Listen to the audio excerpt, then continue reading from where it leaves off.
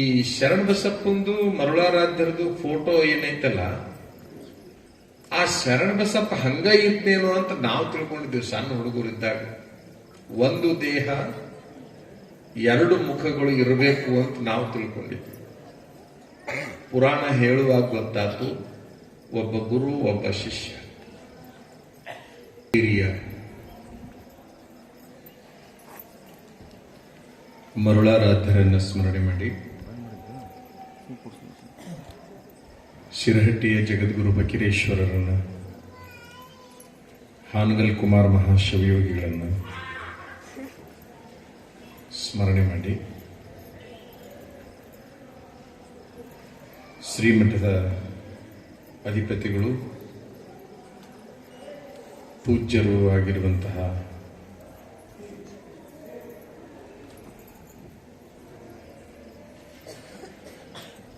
ಸಿದ್ದರಾಮ ಶಿವಾಚಾರ್ಯ ಮಹಾಸ್ವಾಮೀಜಿಯವರಲ್ಲಿ,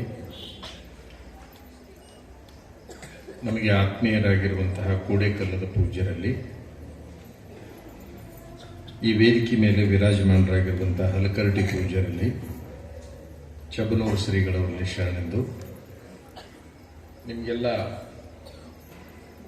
ಪುರಾಣವನ್ನು ಹೇಳ್ತಾ ಇರುವಂತಹ ನಮ್ಮ ಪ್ರೀತಿಯ ಪುಟ್ಟರಾಜ ಶಾಸ್ತ್ರಿಗಳವರೇ, ಯಾವತ್ತು ಅವರಿಗೆ ಸಾಥಿಗಳಾಗಿರುವಂತಹ ಪ್ರಭುಕುಮಾರ್ ಗವಾಯಿಗಳವರೇ, ಲಕ್ಷ್ಮೀಕಾಂತ್ ಅವರೇ, ಸಿದ್ದರಾಮಯ್ಯ ಮಠಪತಿ, ಊರ ಹಿರಿಯರೇ, ಮಹಾಜನಗಳೇ, ಮಾತೆಯರೇ, ಈ ಕಾರ್ಯಕ್ರಮ ಕಮಿಟಿಯ ಪದಾಧಿಕಾರಿಗಳೇ, ಮುದ್ದು ಮಕ್ಕಳು,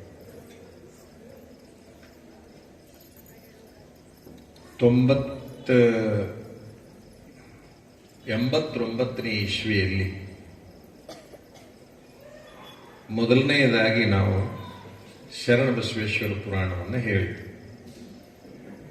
ಅವಾಗ ನಮಗೆ 13 ವರ್ಷ. 13 ವರ್ಷದ ಹುಡುಗಿದ್ದಾಗ ಕಲಬುರಗಿ ಶರಣಬಸವಪ್ಪನ ಪುರಾಣವನ್ನು ಹೇಳುವ ಪ್ರಸಂಗ ಬಂತು. ಕುಷ್ಟಗಿ ತಾಲೂಕು ದೋಟಿಹಾಳ ಅನ್ನೋ ಊರಿನಲ್ಲಿ. ಆ ಊರಲ್ಲಿ ಪುರಾಣ ಹೇಳಬೇಕಾದ್ರೆ ಸಹಜವಾಗಿ ಗುರುಗಳ ವರ್ಣನೆ ಬಂದೇ ಬರ್ತದೆ, ನಿಮಗೆಲ್ಲ ಗೊತ್ತು. ಆ ಗುರುಗಳ ವರ್ಣನೆ ಬಂದಾಗ ನಮಗೆ ಕಲಿಕೇರಿ ಶಬ್ದ ನಮ್ಮ ಕಿವಿಗೆ ಬಿತ್ತು, ಮರುಳಾರಾಧ್ಯರು ಅನ್ನೋ ಶಬ್ದ ಕಿವಿಗೆ ಬಿತ್ತು.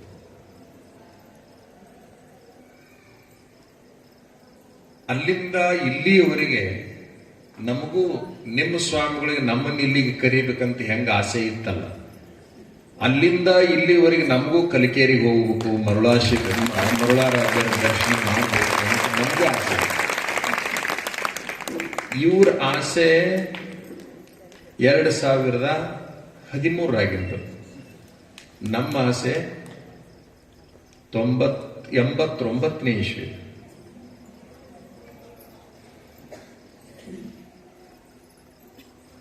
ನಾವೊಂಥರ ಏನ್ ತಿಳ್ಕೊಂಡಿದ್ವಿ ಅಂತಂದ್ರೆ, ಈ ಶರಣಬಸಪ್ಪಂದು ಮರುಳಾರಾಧ್ಯರದು ಫೋಟೋ ಏನೈತಲ್ಲ, ಆ ಶರಣಬಸಪ್ಪ ಹಂಗ ಇತ್ತೇನೋ ಅಂತ ನಾವು ತಿಳ್ಕೊಂಡಿದ್ದೀವಿ ಸಣ್ಣ ಹುಡುಗರಿದ್ದಾಗ. ಒಂದು ದೇಹ ಎರಡು ಮುಖಗಳು ಇರಬೇಕು ಅಂತ ನಾವು ತಿಳ್ಕೊಂಡಿದ್ವಿ. ಪುರಾಣ ಹೇಳುವಾಗ ಗೊತ್ತಾತು, ಒಬ್ಬ ಗುರು ಒಬ್ಬ ಶಿಷ್ಯ. ಗಂಡ ಬೇರುಂಡ ಅಂತ ಒಂದು ಪಕ್ಷಿ ಐತಿ. ಆ ಗಂಡ ಬೇರುಂಡ ಪಕ್ಷಿ ಇದ್ದಂಗೆ ಇವರು ಇದ್ದಾರೇನೋ ಅಂತ ನಾವು ಕಲ್ಪನಾ ಮಾಡ್ಕೊಂಡಿದ್ವಿ. ಬಹುಶಃ ಈ ಮಠಕ್ಕೆ ಬಂದ ಮೇಲೆ, ಇಲ್ಲಿ ಕುಂತ ಮೇಲೆ ನಮಗ ತಲೆಯಾಗ ಬಂದಿದ್ದೇನಂದ್ರ, ಗುರು ಮತ್ತು ಶಿಷ್ಯರ ಬದುಕು ಹೆಂಗಿರಬೇಕು ಅಂತ ಹೇಳಬೇಕಂತ ಅನಿಸ್ತು ತಲೆಯಾಗ. ಪತ್ರಿಕೆ ಕೊಟ್ಟ ಮೇಲೆ ಗೊತ್ತಾಯ್ತು, ಇಲ್ಲೊಂದು ವಿಷಯ ಇಟ್ಟಿದ್ದಾರೆ ಅಂತ ಗೊತ್ತಾಯ್ತು. ಧರ್ಮ, ಪರಂಪರೆ, ಸಂಸ್ಕೃತಿಯ ಉಳಿವಿನಲ್ಲಿ ಭಕ್ತರ ಪಾತ್ರ ಅಂತ ಒಂದು ವಿಷಯ ಇಟ್ಟಾರೆ. ಅಲ್ಲಿ ನಮಗೊಂದು ಗೊಂದಲ ಆಗಿದ್ದೇನೆಂದ್ರೆ, ಧರ್ಮ ಅನ್ನೋದೇ ಒಂದು ಸ್ವತಂತ್ರ ಸಬ್ಜೆಕ್ಟ್, ಪರಂಪರೆ ಅನ್ನೋದೇ ಒಂದು ಸ್ವತಂತ್ರ ಸಬ್ಜೆಕ್ಟ್. ಸಂಸ್ಕೃತಿ ಅನ್ನೋದೇ ಒಂದು ಸ್ವತಂತ್ರ ಸಬ್ಜೆಕ್ಟ್. 3 ಪ್ರಮುಖವಾದ ವಿಷಯಗಳಲ್ಲಿ ಮತ್ತೆ ನಿಮ್ಮ ಪಾತ್ರ ಅನ್ನೋದನ್ನು ಒಂದು ಸಬ್ಜೆಕ್ಟ್. ಈ 4 ಸಬ್ಜೆಕ್ಟಿಗೆ ಒಂದು ವೇದಿಕೆ ಎಷ್ಟು ಸೂಕ್ತ ಆದಿತು ಅನ್ನುವಂಥದ್ದನ್ನು ನಮ್ಮ ತಲೆಯಾಗಿ ಬಂತು. ನಾವಿಲ್ಲಿ ಏನ್ ಮಾಡ್ತೀವಿ ಅಂತಂದ್ರೆ, ಧರ್ಮ, ಸಂಸ್ಕೃತಿ, ಪರಂಪರೆ, ಈ 3ರೊಳಗೆ ನಿಮ್ಮ ಕೆಲಸ ಏನು ಅನ್ನೋದನ್ನ ಹೇಳುವ ಪೂರ್ವದಲ್ಲಿ ನಮ್ಮ ಆತ್ಮತೃಪ್ತಿಗಾಗಿ ಮರುಳಾರಾಧ್ಯರ ವ್ಯಕ್ತಿತ್ವದ ಬಗ್ಗೆ ಒಂದಿಷ್ಟು ಹೇಳ್ಕೋಬೇಕು ಅಂತ ಖುಷಿ ಅನ್ಸಕತ್ತೀವಿ.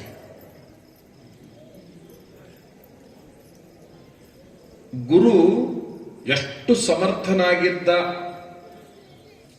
ಅಂದ್ರೆ, ಆತನ ಕೈಯಾಗ ಶಿಷ್ಯ ಎಷ್ಟು ಅದ್ಭುತ ತಯಾರಾದಲ್ಲ, ಅದರ ಮೇಲೆ ಗುರುವಿನ ತಾಕತ್ ಎಂಥದ್ದು ಅನ್ನೋದು ಇಲ್ಲಿ ಗೊತ್ತಾಗ್ತದೆ.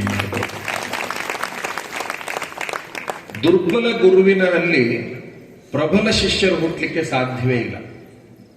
ಗುರು ದುರ್ಬಲ ಆಗಿದ್ನ ಅಂತಂದ್ರೆ ಪ್ರಬಲರಾಗಿರಂತ ಶಿಷ್ಯರು ಹುಟ್ಟಲಿಕ್ಕೆ ಸಾಧ್ಯವೇ ಇಲ್ಲ.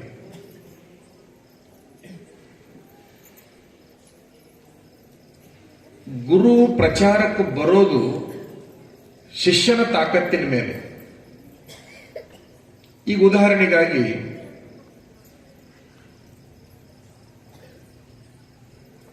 ಗಜದಂಡ ಶಿವಾಚಾರ್ಯರು ಅಂತ ಆಗ್ಬೋದು. ಅವ್ರು ಯಾರಿಗೂ ಗೊತ್ತಿಲ್ಲ.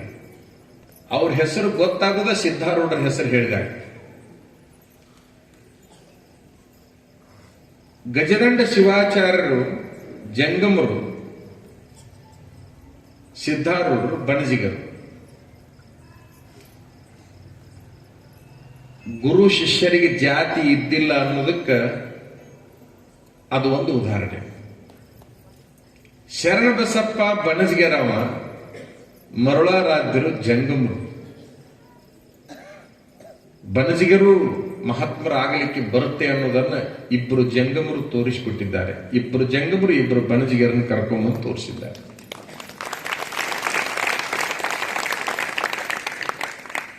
ಗುರು ಬ್ರಾಹ್ಮಣರಾವ, ಶಿಷ್ಯ ಮುಸ್ಲಿಂರಾವ. ಧರ್ಮನೂ ಬದಲಿ ಆಗತ್ತೆ, ಬರೀ ಜಾತಿ ಅಲ್ಲ. ಗುರು ಶಿಷ್ಯರು ಧರ್ಮವನ್ನು ಒಂದು ಮಾಡಬಲ್ಲರು ಅನ್ನೋದಕ್ಕೆ ಶಿಶುನಾಳದ ಶರೀಫ, ಕಳಸದ ಗೋವಿಂದ ಭಟ್ಟ. ಗೋವಿಂದ ಭಟ್ಟ ಗುರು, ಶರೀಫ ಶಿಷ್ಯ. ಎಂತಹ ಅದ್ಭುತವಾದ ಸಾಮರಸ್ಯ. ಗೋವಿಂದ ಭಟ್ಟ ಪ್ರಚಾರಕ್ಕೆ ಬಂದಿದ್ದೆ ಯಾರಿಂದ ಅಂತಂದ್ರ ಶರೀಫನಿಂದ. ರಾಮಕೃಷ್ಣ ಪರಮಹಂಸ ಪ್ರಚಾರಕ್ಕೆ ಬಂದಿದ್ದೆ ಸ್ವಾಮಿ ವಿವೇಕಾನಂದರಿಂದ.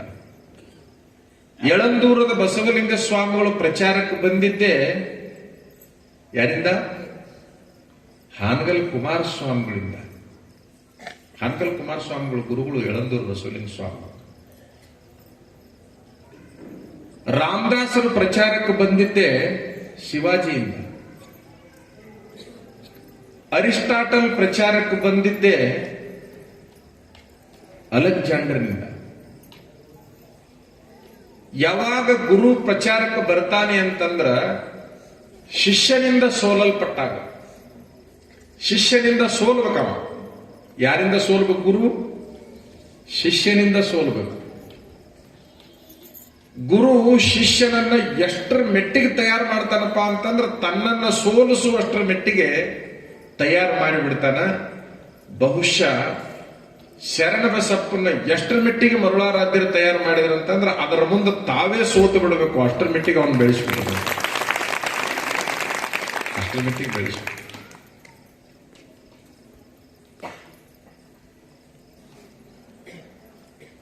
ನಿಮಗೆ ಒಂದು ಗೊತ್ತಿರಲಿ, ಗುರು ಯಾವಾಗಲೂ ತ್ಯಾಗಿಯಾಗಿರ್ತಾನೆ. ಗುರು ಯಾವಾಗಲೂ ತ್ಯಾಗಿಯಾಗಿರ್ತಾನೆ. ಅವ ಏನನ್ನೂ ಬಯಸೋದಿಲ್ಲ. ಏನು ಬಯಸ್ತಾನಪ್ಪ ಅಂತಂದ್ರೆ ತನ್ನ ಶಿಷ್ಯರು ಬಹಳ ಬೆಳಿಬೇಕು ಅಂತ ಬಯಸ್ತಾನ. ಬಹಳ ಬೆಳಿಬೇಕು ಅಂತ ಬಯಸ್ತಾನ. ಅವ ನಿಜವಾದ ಗುರು. ಬಹಳ ಬೆಳಿಬೇಕು ಅನ್ನೋ ಗುರು ಅಲ್ಲ, ಬಹಳ ಬೆಳೆಸಬೇಕನ್ನೋ ಗುರು. ವ್ಯತ್ಯಾಸ ಐತಿ. ಬಹಳ ಎತ್ತರಕ್ಕೆ ಬೆಳಿಬೇಕನ್ನೋ ಗುರು ಅಲ್ಲ, ಬಹಳ ಎತ್ತರಕ್ಕೆ ಶಿಷ್ಯರನ್ನ ಬೆಳೆಸಬೇಕನ್ನೋದಲ್ಲ ಅವ ಗುರು. ಶಿಷ್ಯಾದಿಚ್ಛೇತ್ ಪರಾಜಯಂ ಅಂತ ಒಂದು ಸಂಸ್ಕೃತದಲ್ಲಿ ಒಂದು ಮಾತೈತಿ. ಅಂದ್ರೆ ಗುರು ಶಿಷ್ಯನಿಂದ ಸೋಲಲ್ಪಡಬೇಕು, ಪರಾಜಯ ಆಗಬೇಕು. ಅವಾಗ ಮಾತ್ರ ಆ ಗುರುವಿನ ತಾಕತ್ತು ಬಹಳ ಮಹತ್ವದ್ದು. ಒಬ್ಬ ಕನ್ನಡ ಶಾಲೆ ಮಾಸ್ತರನಿಗೆ, ಒಬ್ಬ ಹೈಸ್ಕೂಲ್ ಮಾಸ್ತರನಿಗೆ ಯಾವ ಸರ್ಕಾರ ಎಷ್ಟು ತರದ ಪ್ರಶಸ್ತಿಗಳನ್ನ ಕೊಟ್ಟೈತಿ ಅನ್ನೋದು ಮುಖ್ಯ ಅಲ್ಲ, ಅವನ ಕೈಯಾಗ ಕಲಿತು ಹುಡುಗರು ಎಷ್ಟು ದೊಡ್ಡವರಾಗ್ಯಾರ ಅನ್ನೋದ್ರ ಮೇಲೆ ಅವನ ತಾಕತ್ ಅಳತಿ ಆಗುತ್ತೆ ಹೊರತಾಗಿ ಸರ್ಕಾರ ಅವನಿಗೆ ಇಲ್ಲ ಬರದ ಪ್ರಶಸ್ತಿ ಕೊಟ್ಟರು ವಸೂಲಿ ಮೇಲೆ ಕೊಟ್ಟಿದ್ದಾರು, ಜಾತಿ ಆಧಾರದ ಮೇಲೆ ಕೊಟ್ಟಿದ್ದಾರು. ಬಹಳ ಮಂದಿ ರಾಜಕೀಯ ಮಾಡಿದ ಮಾಸ್ತರು ಚಲೋ ಪ್ರಶಸ್ತಿ ತಗೊಂತಾರ, ಶಾಲ್ಯಾಗ ಅಯೋಗ್ಯ, ರಾಜಕಾರಣದೊಳಗೆ ಯೋಗ್ಯ. ಎಷ್ಟು ಮಂದಿ ಮಾಸ್ತರ್ಗಳು ನಾವು ನೋಡಿವಿ. ಸಾಲಿಗೆ ಹೋಗಿ ಹಾಜರಿಗೆ ಸಹಿ ಹಾಕಿ ಇಲೆಕ್ಷನ್ ಪ್ರಚಾರಕ್ಕೆ ಹೋಗು ಮಾಸ್ತರು ದೊಡ್ಡ ದೊಡ್ಡ ಪ್ರಚಾರ ಬರ್ತಾರ, ಬಹಳ ಚಲೋ ಪ್ರಶಸ್ತಿಗಳನ್ನ ತಗೋತಾರ. ಆದ್ರೆ ಒಬ್ಬ ಶಿಕ್ಷಕ ಅತ್ಯಂತ ಆದರ್ಶ ಶಿಕ್ಷಕನ ಆಗೋದು ಯಾವಾಗಂದ್ರ ಅವನ ಕೈಯಾಗ ಕಲಿತು ಹುಡುಗರು ಬಹಳ ಎತ್ತರಕ್ಕೆ ಬೆಳೆದು ಮೊದಲಿಗೆ ಮಾಸ್ತರ್ ಕಾಲಿಗೆ ಬೀಳಕ್ಕೆ ಯಾವ ಹುಡುಗ ಬರ್ತಾನಲ್ಲ ಅವತ್ತದು ದೊಡ್ಡ ಪ್ರಶಸ್ತಿ ಮಾಸ್ತರ್. ಅವತ್ತು ಅವನಿಗೆ ಬಹಳ ದೊಡ್ಡ ಪ್ರಶಸ್ತಿ. ಅದು ಯಾರಿಗೆ? ಶಿಕ್ಷಕರಿಗೆ. ಸರ್ ನಂದು IAS ಆತು ನಿಮ್ಮ ಕೃಪಾ ಅಂತ ಮಾಸ್ತರ್ ಕಾಲಿಗೆ ಬಂದು ಬಿದ್ದ ಒಬ್ಬ ಹುಡುಗ ಅಂತಂದ್ರ ಬಹುಶಃ ಜಿಲ್ಲಾ ಉತ್ತಮ ಶಿಕ್ಷಕ. ಯಾಕೆ ಅವ ಜಿಲ್ಲಾ ಅಧಿಕಾರಿ ಆಗಿಬಿಡ್ತಾನೆ. ಜಿಲ್ಲಾ ಉತ್ತಮ ಶಿಕ್ಷಕ ಅನ್ನಕ್ಕೆ ಅಡ್ಡಿ ಇಲ್ಲ ಅವನಿಗೆ. ಆ DC ಮುಂದೆ ರಾಜ್ಯದ ಕಮಿಷನರ್ ಆಗಿದ್ದಾನಂತಂದ್ರೆ ರಾಜ್ಯದ ಉತ್ತಮ ಶಿಕ್ಷಕ. ನಾವೆಲ್ಲ ಹಿಂಗ ಅರ್ಥ ಮಾಡ್ಕೊಳ್ಬೇಕು ಅಂತಕ್ಕಂಥ. ಮರುಳಾರಾಧ್ಯರು ಇಷ್ಟೊಂದು ಅದ್ಭುತ ಕೆಲಸ ಮಾಡಿರಲ್ಲ. ಬೆಳೆಯುವ ಗುರುಗಳು, ಬೆಳೆಸುವ ಗುರುಗಳು ಇಬ್ಬರದಾರ. ಗುರುಗಳಲ್ಲಿ ಇಬ್ಬರ ಪ್ರಕಾರ. ಒಂದು ತಾವ ಬಹಳ ಬೆಳಿಬೇಕನ್ನೋರು, ಇನ್ನೊಂದು ಶಿಷ್ಯರನ್ನ ಬಹಳ ಬೆಳೆಸಬೇಕನ್ನೋರು. ಆ ಶಿಷ್ಯನಿಗೆ ಲಿಂಗ ಭೇದ ಇಲ್ಲ, ಆ ಶಿಷ್ಯನಿಗೆ ಜಾತಿ ಭೇದ ಇಲ್ಲ. ಗುರು ಯೋಗ್ಯನಾದಾಗ, ಗುರು ಯೋಗ್ಯ ಆದ ಅಂತಂದ್ರ ಅವ ಲಿಂಗನೂ ನೋಡುದಿಲ್ಲ, ಜಾತಿನೂ ನೋಡುವುದಿಲ್ಲ. ಲಿಂಗ ಅಂತಂದ್ರ ಇದು ಹೆಣ್ಣು ಇದು ಗಂಡು ಅಂತ ಅವನಿಗೆ ಗೊತ್ತಿಲ್ಲ, ಇದು ಈ ಜಾತಿದು ಇದು ಈ ಜಾತಿದು ಅಂತ ಅವನಿಗೆ ಗೊತ್ತಿಲ್ಲ. ಯಾಕೆ? ಅವನು ಅಷ್ಟು ಎತ್ತರಕ್ಕೆ ಹೋಗಿರ್ತಾನ ಅಂತಕ್ಕಂಥದ್ದು. ಯಾವುದಾದ್ರೂ ಗುರುಗಳ ಬಾಯಿ ಒಳಗೆ ಜಾತಿದ ವಿಚಾರ ಹಗಲಲ್ಲೇ ಬರಕೈತೈತೆ ಅಂದ್ರ ಅವ ಇನ್ನೂ ಗುರು ಆಗಿಲ್ಲ ಅಂತ ಗ್ಯಾರಂಟಿ ನಮ್ಗೆ ಅರ್ಥ ಮಾಡ್ಕೊಂಡು ಬಿಡ್ಬೇಕು. ಇನ್ನೂ ಗುರು ಆಗಿಲ್ಲ, ಜಾತ್ಯಾತೀತನಾಗಿರ್ಬೇಕು. ಗುರು ಆಗಿರ್ತಕ್ಕಂಥವ ಜಾತ್ಯಾತೀತನಾಗಿರ್ಬೇಕು. ಆತನಿಗೆ ಮನುಷ್ಯರು ಕಾಣಬೇಕೇ ಹೊರತಾಗಿ ಜಾತಿಗಳು ಕಾಣಬಾರದು.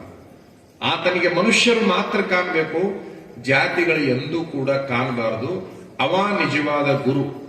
ಯಾರಿಗೆ ಗುರು ಅನ್ನಬೇಕು ಅಂತ ಹೇಳಿ ನಿಜಗುಣ ಶಿವಯೋಗಿಗಳು ಒಂದು ಚಲೋ ಪದ್ಯ ಬರೀತಾರ. ಅದ್ರಾಗ ಒಂದು 2 ಸಾಲು ಹೇಳ್ತೀನಿ ನಿಮಗ. ಕರುಣ ರಸದ ಕೋಡಿ ಹರಿವ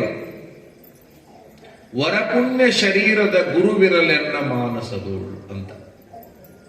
ಗುರು ಹೇಗಿರ್ಬೇಕಪ್ಪ ಅಂತಂದ್ರ ಕರುಣಾರಸ ಅವನ ಹತ್ರ ತುಂಬಿ ತುಳುಕ್ತಿರ್ಬೇಕು. ಯಾರನ್ನ ಕಂಡ್ರು ಅವನಿಗೆ ಇಷ್ಟು ಕನಿಕರ ಬರ್ಬೇಕು, ಇಷ್ಟು ಕರುಣಾ ಬರ್ಬೇಕಲ್ಲ, ಅಷ್ಟರ ಮೆಟ್ಟಿಗೆ ಕರುಣಾ ಬರ್ಬೇಕು. ಎಷ್ಟಿರ್ಬೇಕಪ್ಪ ಅವನ ಹತ್ರ ಕರುಣೆ ಅಂತಂದ್ರ, ಕೆರಿ ತುಂಬಿದ ಮೇಲೆ ಕೋಡಿ ಹರಿತೈತಿ ನೋಡ್ರಿ, ಕೆರಿದ ಒಂದು ಕೋಡಿ ಅಂತ ಇರ್ತೈತಲ್ಲ, ಕರುಣ ರಸದ ಕೋಡಿ ಹರಿವ. ಅವನ ಹತ್ರ ಕರುಣಾರಸ ಹೆಂಗಿರ್ಬೇಕಪ್ಪ ಅಂದ್ರೆ ತುಂಬಿ ಚೆಲ್ಲಿ ಹರಿದು ಹೋಗ್ತಿರ್ಬೇಕು, ಅಷ್ಟರ ಮೆಟ್ಟಿಗೆ ಇರ್ಬೇಕು. ಕರುಣಾರಸ ತುಂಬಿಕೊಂಡವ ಗುರು ಅಲ್ಲ, ಕರುಣಾರಸವನ್ನ ತುಂಬಿಕೊಂಡ ಹರಿಬಿಡ್ಬೇಕು. ಅವನು ನಿರಂತರ ಹರಿತಿರ್ಬೇಕು. ಕೋಡಿ ಹರಿವ, ಕರುಣರಸದ ಕೋಡಿ ಹರಿವ. ವರಪುಣ್ಯ ಶರೀರದ, ಪಾಪದ ಶರೀರ ಆಗಿರಬಾರ್ದು. ಒಳಗ ಕರುಣಾರಸ ತುಂಬಿರ್ಬೇಕು, ಕರುಣಾರಸ ತುಂಬಿರ್ಬೇಕು, ಜೊತೆಗೆ ಪುಣ್ಯ ಶರೀರ ಆಗಿರ್ಬೇಕು. ಅದು ಪಾಪ ಶರೀರ ಆಗಿರಬಾರ್ದು. ಪುಣ್ಯ ಶರೀರದ ಗುರು ಇರಲೆನ್ನ ಮಾನಸದೋಳು. ಇವತ್ತಿನ ಕಾಲಕ್ಕೆ ಜಾತಿಗೊಬ್ಬರು ಗುರುಗಳಾಗಿದ್ದಾರೆ, ಪ್ರಶ್ನೆ ಇಲ್ಲ. ಜಾತಿಗೊಬ್ಬರು ಗುರುಗಳಾಗಿದ್ದಾರೆ. ಯಾವ ಜಾತಿಯವರು ಸ್ವಾಮಿಗಳು ಆಗಬೇಕ್ರಿ ಅಂತ ನೀವ್ ಯಾರ ಪ್ರಶ್ನೆ ಕೇಳಿದ್ರ ನಾವು ಬಹಳ ಸ್ಪಷ್ಟವಾಗಿ ಹೇಳಲಿಕ್ಕೆ ಬಯಸ್ತೀವಿ, ಯಾವ ಜಾತಿಯವರಾದ್ರೂ ಸ್ವಾಮಿಗಳಾಗಕ್ ಬರ್ತೈತಿ. ಯಾವ ಜಾತಿಯಾಗ ಹುಟ್ಟಿದ್ರು ಸ್ವಾಮಿಗಳಾಗಕ್ ಬರ್ತೈತಿ. ಆದ್ರೂ ಒಂದು ತಲೆಯಾಗಿರ್ಲಿ, ಸ್ವಾಮಿಗಳ ಆದ್ಮೇಲೆ ಜಾತಿ ಮಾಡಕ್ ಬರಂಗಿಲ್ಲ. ಇದನ್ನು ಬಹಳ ಚೆನ್ನಾಗಿ ನೀವು ತಲೆಯಾಗಿರ್ತೀವಿ. ಸ್ವಾಮಿಗಳ ಆದ್ಮೇಲೆ ಅವ್ರು ಜಾತಿ ಮಾತಾಡ್ಬಾರ್ದು. ಸ್ವಾಮಿಗಳು ಆದ್ಮೇಲೆ ಜಾತಿ ಬಗ್ಗೆ ಮಾತಾಡಕತ್ತಿದ್ರೆ ಅಂದ್ರೆ ಇನ್ನೂ ಸ್ವಾಮಿಗಳಾಗಿಲ್ಲ ಅಂತ. ಜಾತಿಯ ವಸ್ತುವಾರಿ ಆಗೋದು ಬೇರೆ, ಗುರು ಆಗೋದು ಬೇರೆ. ಆ ಜಾತಿಯ ವಸ್ತುವಾರಿಗಳು ಗುರುಗಳಾಗಬಾರದು ಅಂತಕ್ಕಂಥದ್ದು. ಯಾವುದೇ ಧರ್ಮ, ಯಾವುದೇ ಜಾತಿಯಲ್ಲಿ ಹುಟ್ಲಿ ಆ ವ್ಯಕ್ತಿ ಗುರು ಆಗಲಿಕ್ಕೆ ಬರುತ್ತೆ. ಆದ್ರೆ ಗುರು ಆದ್ಮೇಲೆ ಜಾತಿಯನ್ನ ಮಾಡಲಿಕ್ಕೆ ಬರೋದಿಲ್ಲ ಅಂತಕ್ಕಂಥದ್ದು ನಮ್ಮ ಸ್ಪಷ್ಟವಾದ ನಿಲುವು ಅಂತಕ್ಕಂಥದ್ದು. ನಿಮಗೊಂದು ಗೊತ್ತಿರಲಿ, ಆ ಗುರು ಹೇಗಿರ್ಬೇಕು ಅಂತಂದ್ರ ಮರುಳಾರಾಧ್ಯರ ಹಾಗೇನೆ ಇರಬೇಕೇ ಹೊರತಾಗಿ ಮತ್ತೊಬ್ಬರ ಹಾಗೆ ಇರಬಾರ್ದು ಅಂತಕ್ಕಂಥದ್ದು ನಮ್ಮ ಅಭಿಪ್ರಾಯ. ಬಹುಶಃ ವಿಚಾರ ಮಾಡ್ರಿ, ಒಂದು ದೇಹ ಎರಡು ಮುಖಗಳಂತ ಏನದವಲ್ಲ, ಈ ಕೈ ಒಳಗೆ ಇಂತಹ ಶಕ್ತಿ ಇರಬೇಕಲ್ಲ ಗುರುವಿನ ಕೈಯಾಗ. ಅವನ ಕೈಯಾಗ ಎಂತ ಶಕ್ತಿ ಇರಬೇಕು ಅಂತಂದ್ರ, ಶಿಷ್ಯನ ತಲೆ ಮೇಲೆ ಹಿಂಗೆ ಕೈ ಇಟ್ಟರೆ ಸಾಕು, ಅವನ ಹತ್ರ ಇರ್ತಕ್ಕಂಥ ಎಲ್ಲ ಶಕ್ತಿ ಪಾತ ಆಗಿರೋದು. ಶಕ್ತಿಪಾತ ದೀಕ್ಷೆ ಅಂತ ಒಂದು ದೀಕ್ಷೆ ಐತಿ.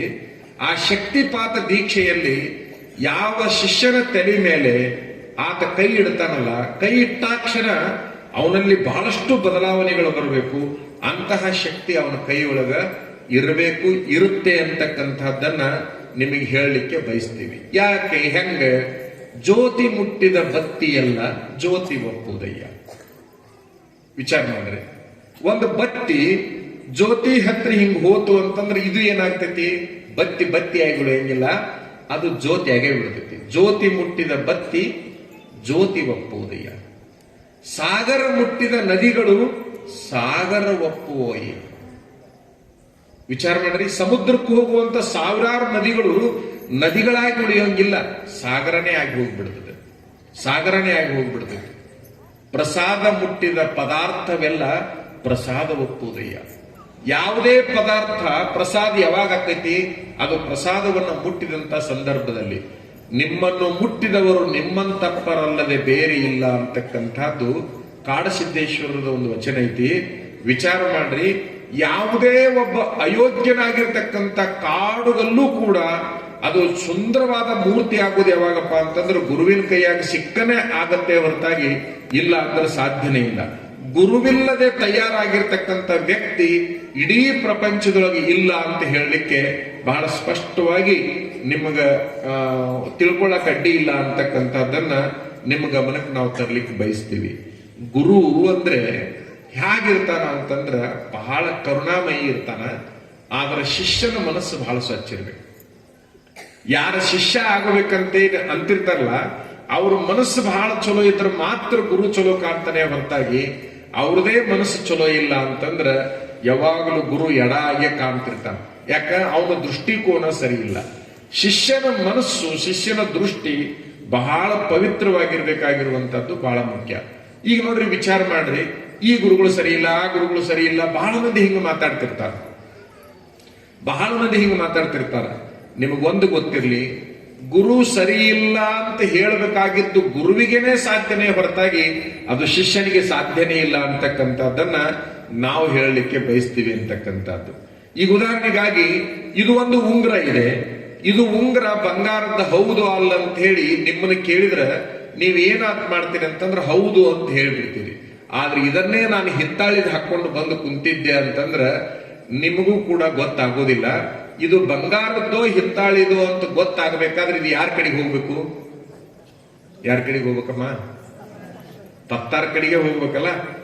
ಗೋಲ್ಡ್ ಸ್ಮಿತ್ ಮಾತ್ರ ಇದರ ವ್ಯಕ್ತಿತ್ವವನ್ನು ಅಳತಿ ಮಾಡಬಲ್ಲನೆ ಹೊರತಾಗಿ ಮತ್ತೆ ಇದು ಎಷ್ಟು ಕ್ಯಾರೆಟ್ ಐತೆ ಅಂತನೂ ಕೂಡ ಅವನ ಹೇಳಬಲ್ಲನ ಹೊರತಾಗಿ ನಿಮಗದನ್ನ ಹೇಳಲಿಕ್ಕೆ ಆಗುದಿಲ್ಲ.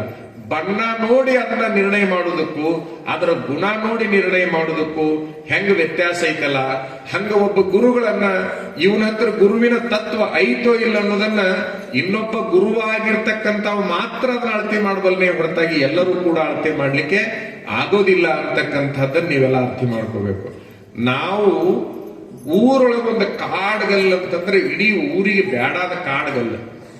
ನಾನು ಸಣ್ಣ ಹುಡುಗಿದ್ದಾಗ ವಿಚಿತ್ರ ಅಂತಂದ್ರ ಹ ಮತ್ತು ಳ ಅನ್ನುವಂತ ಎರಡು ಅಕ್ಷರಗಳನ್ನ 6 ತಿಂಗಳಾದ್ರೂ ಇದು ಹ ಇದು ಳ ಅನ್ನೋದು ಗೊತ್ತಾಗಿದ್ದೀನಿ ನನ್ನ ನೆನಪು. ಎಷ್ಟು ಶಾನೆ ಇರ್ಬೇಕು ನಾವು ವಿಚಾರ ಮಾಡಿದ್ರೆ. ಹ ಕಳ ಅಂದ ಬಿಡ್ತಿದ್ದೆ, ಳ ಹ ಅಂದ ಬಿಡ್ತಿದ್ದೆ. ಈ ರೀತಿ ಇರ್ತಕ್ಕಂತಹ ಒಬ್ಬ ವ್ಯಕ್ತಿ ನಾನು ಶಿವಯೋಗ ಮಂದಿರಕ್ಕೆ ಹೋದ 3 ವರ್ಷದಲ್ಲಿ ಪುರಾಣ ಹೇಳಲಿಕ್ಕೆ ನಾನು ಆಗ್ಲೇ ಒಂದು ವೇದಿಕೆ ಏರ್ತೀನಿ ಅಂತಂದ್ರೆ ಆ ಗುರುವಿನ ತಾಕತ್ತು, ಆ ಗುರುವಿನ ಜಗದ ಮಹತ್ವ ಹೇಗಿರ್ತೈತಿ ಅನ್ನೋದನ್ನ ನಾವು ಅರ್ಥ ಮಾಡ್ತೀವಿ. ವಿಚಾರ ಮಾಡ್ರಿ ನೀವು. ಮೊದಲನೇದಾಗಿ ಶಿಷ್ಯ ಉದ್ಧಾರ ಆಗ್ಬೇಕಾಗಿತ್ತಂದ್ರೆ ಅವನ ದೃಷ್ಟಿ ಪವಿತ್ರವಾಗಿರ್ಬೇಕು. ನಿಮ್ ತಲೆಯಾಗಿರ್ಲಿ, ಅವನ ದೃಷ್ಟಿ ಪವಿತ್ರವಾಗಿರ್ಬೇಕು. ಯಾವುದಾದ್ರೂ ಮಗು ಮಾಸ್ತರ್ ಚಾಡ ನಿಮ್ ಮನೆಗೆ ಬಂದು ಹೇಳಾಕತ್ತೈತೆ ಅಂತ ಇಟ್ಕೊಳ್ರಿ. ಮಾಸ್ತರ್ ಚಾಡ ನಿಮ್ ಮನೆಗೆ ಬಂದು ಹೇಳಾಕತ್ತೈತಿ ಅಂತಂದ್ರ ನಿಮ್ಮ ಹುಡುಗನ ದೃಷ್ಟಿ ಕೆಟ್ಟೈತಿ ಅಂತ ನೀವು ಮೊದಲಿಗೆ ತಲೆಯಾಗಿರ್ಬೋದು. ನಿಮ್ಮ ಹುಡುಗನ ದೃಷ್ಟಿ ಕೆಟ್ಟೈತಿ ಅಂತ. ಮಾಸ್ತರ್ ಚಾಡ ಹೇಳಕ್ ಬಂದಂತ ಮಗುವಿಗೆ ನೀವು ಕಪಾಳ ಕೊಡಿದ್ರೆ ಮಾತ್ರ ಆ ಮಗುವನ್ನ ದೊಡ್ಡವನನ್ನಾಗಿ ಮಾಡಕ್ ಸಾಧ್ಯ ಐತೆ ಹೊರತಾಗಿ ಅವನ ಮಾತು ಕೇಳಿಕೊಂಡು ಮಾಸ್ತರ್ ಜಗಳಕ್ಕೆ ಹೋದ್ರಿ ನೀವು ಅಂತಂದ್ರೆ ಮುಗಿತಾರೆ, ನಿಮ್ ಹುಡುಗನ ಅವನತಿ ಆತು. ಇಷ್ಟು ತಲೆಯಾಗಿದ್ರಿ.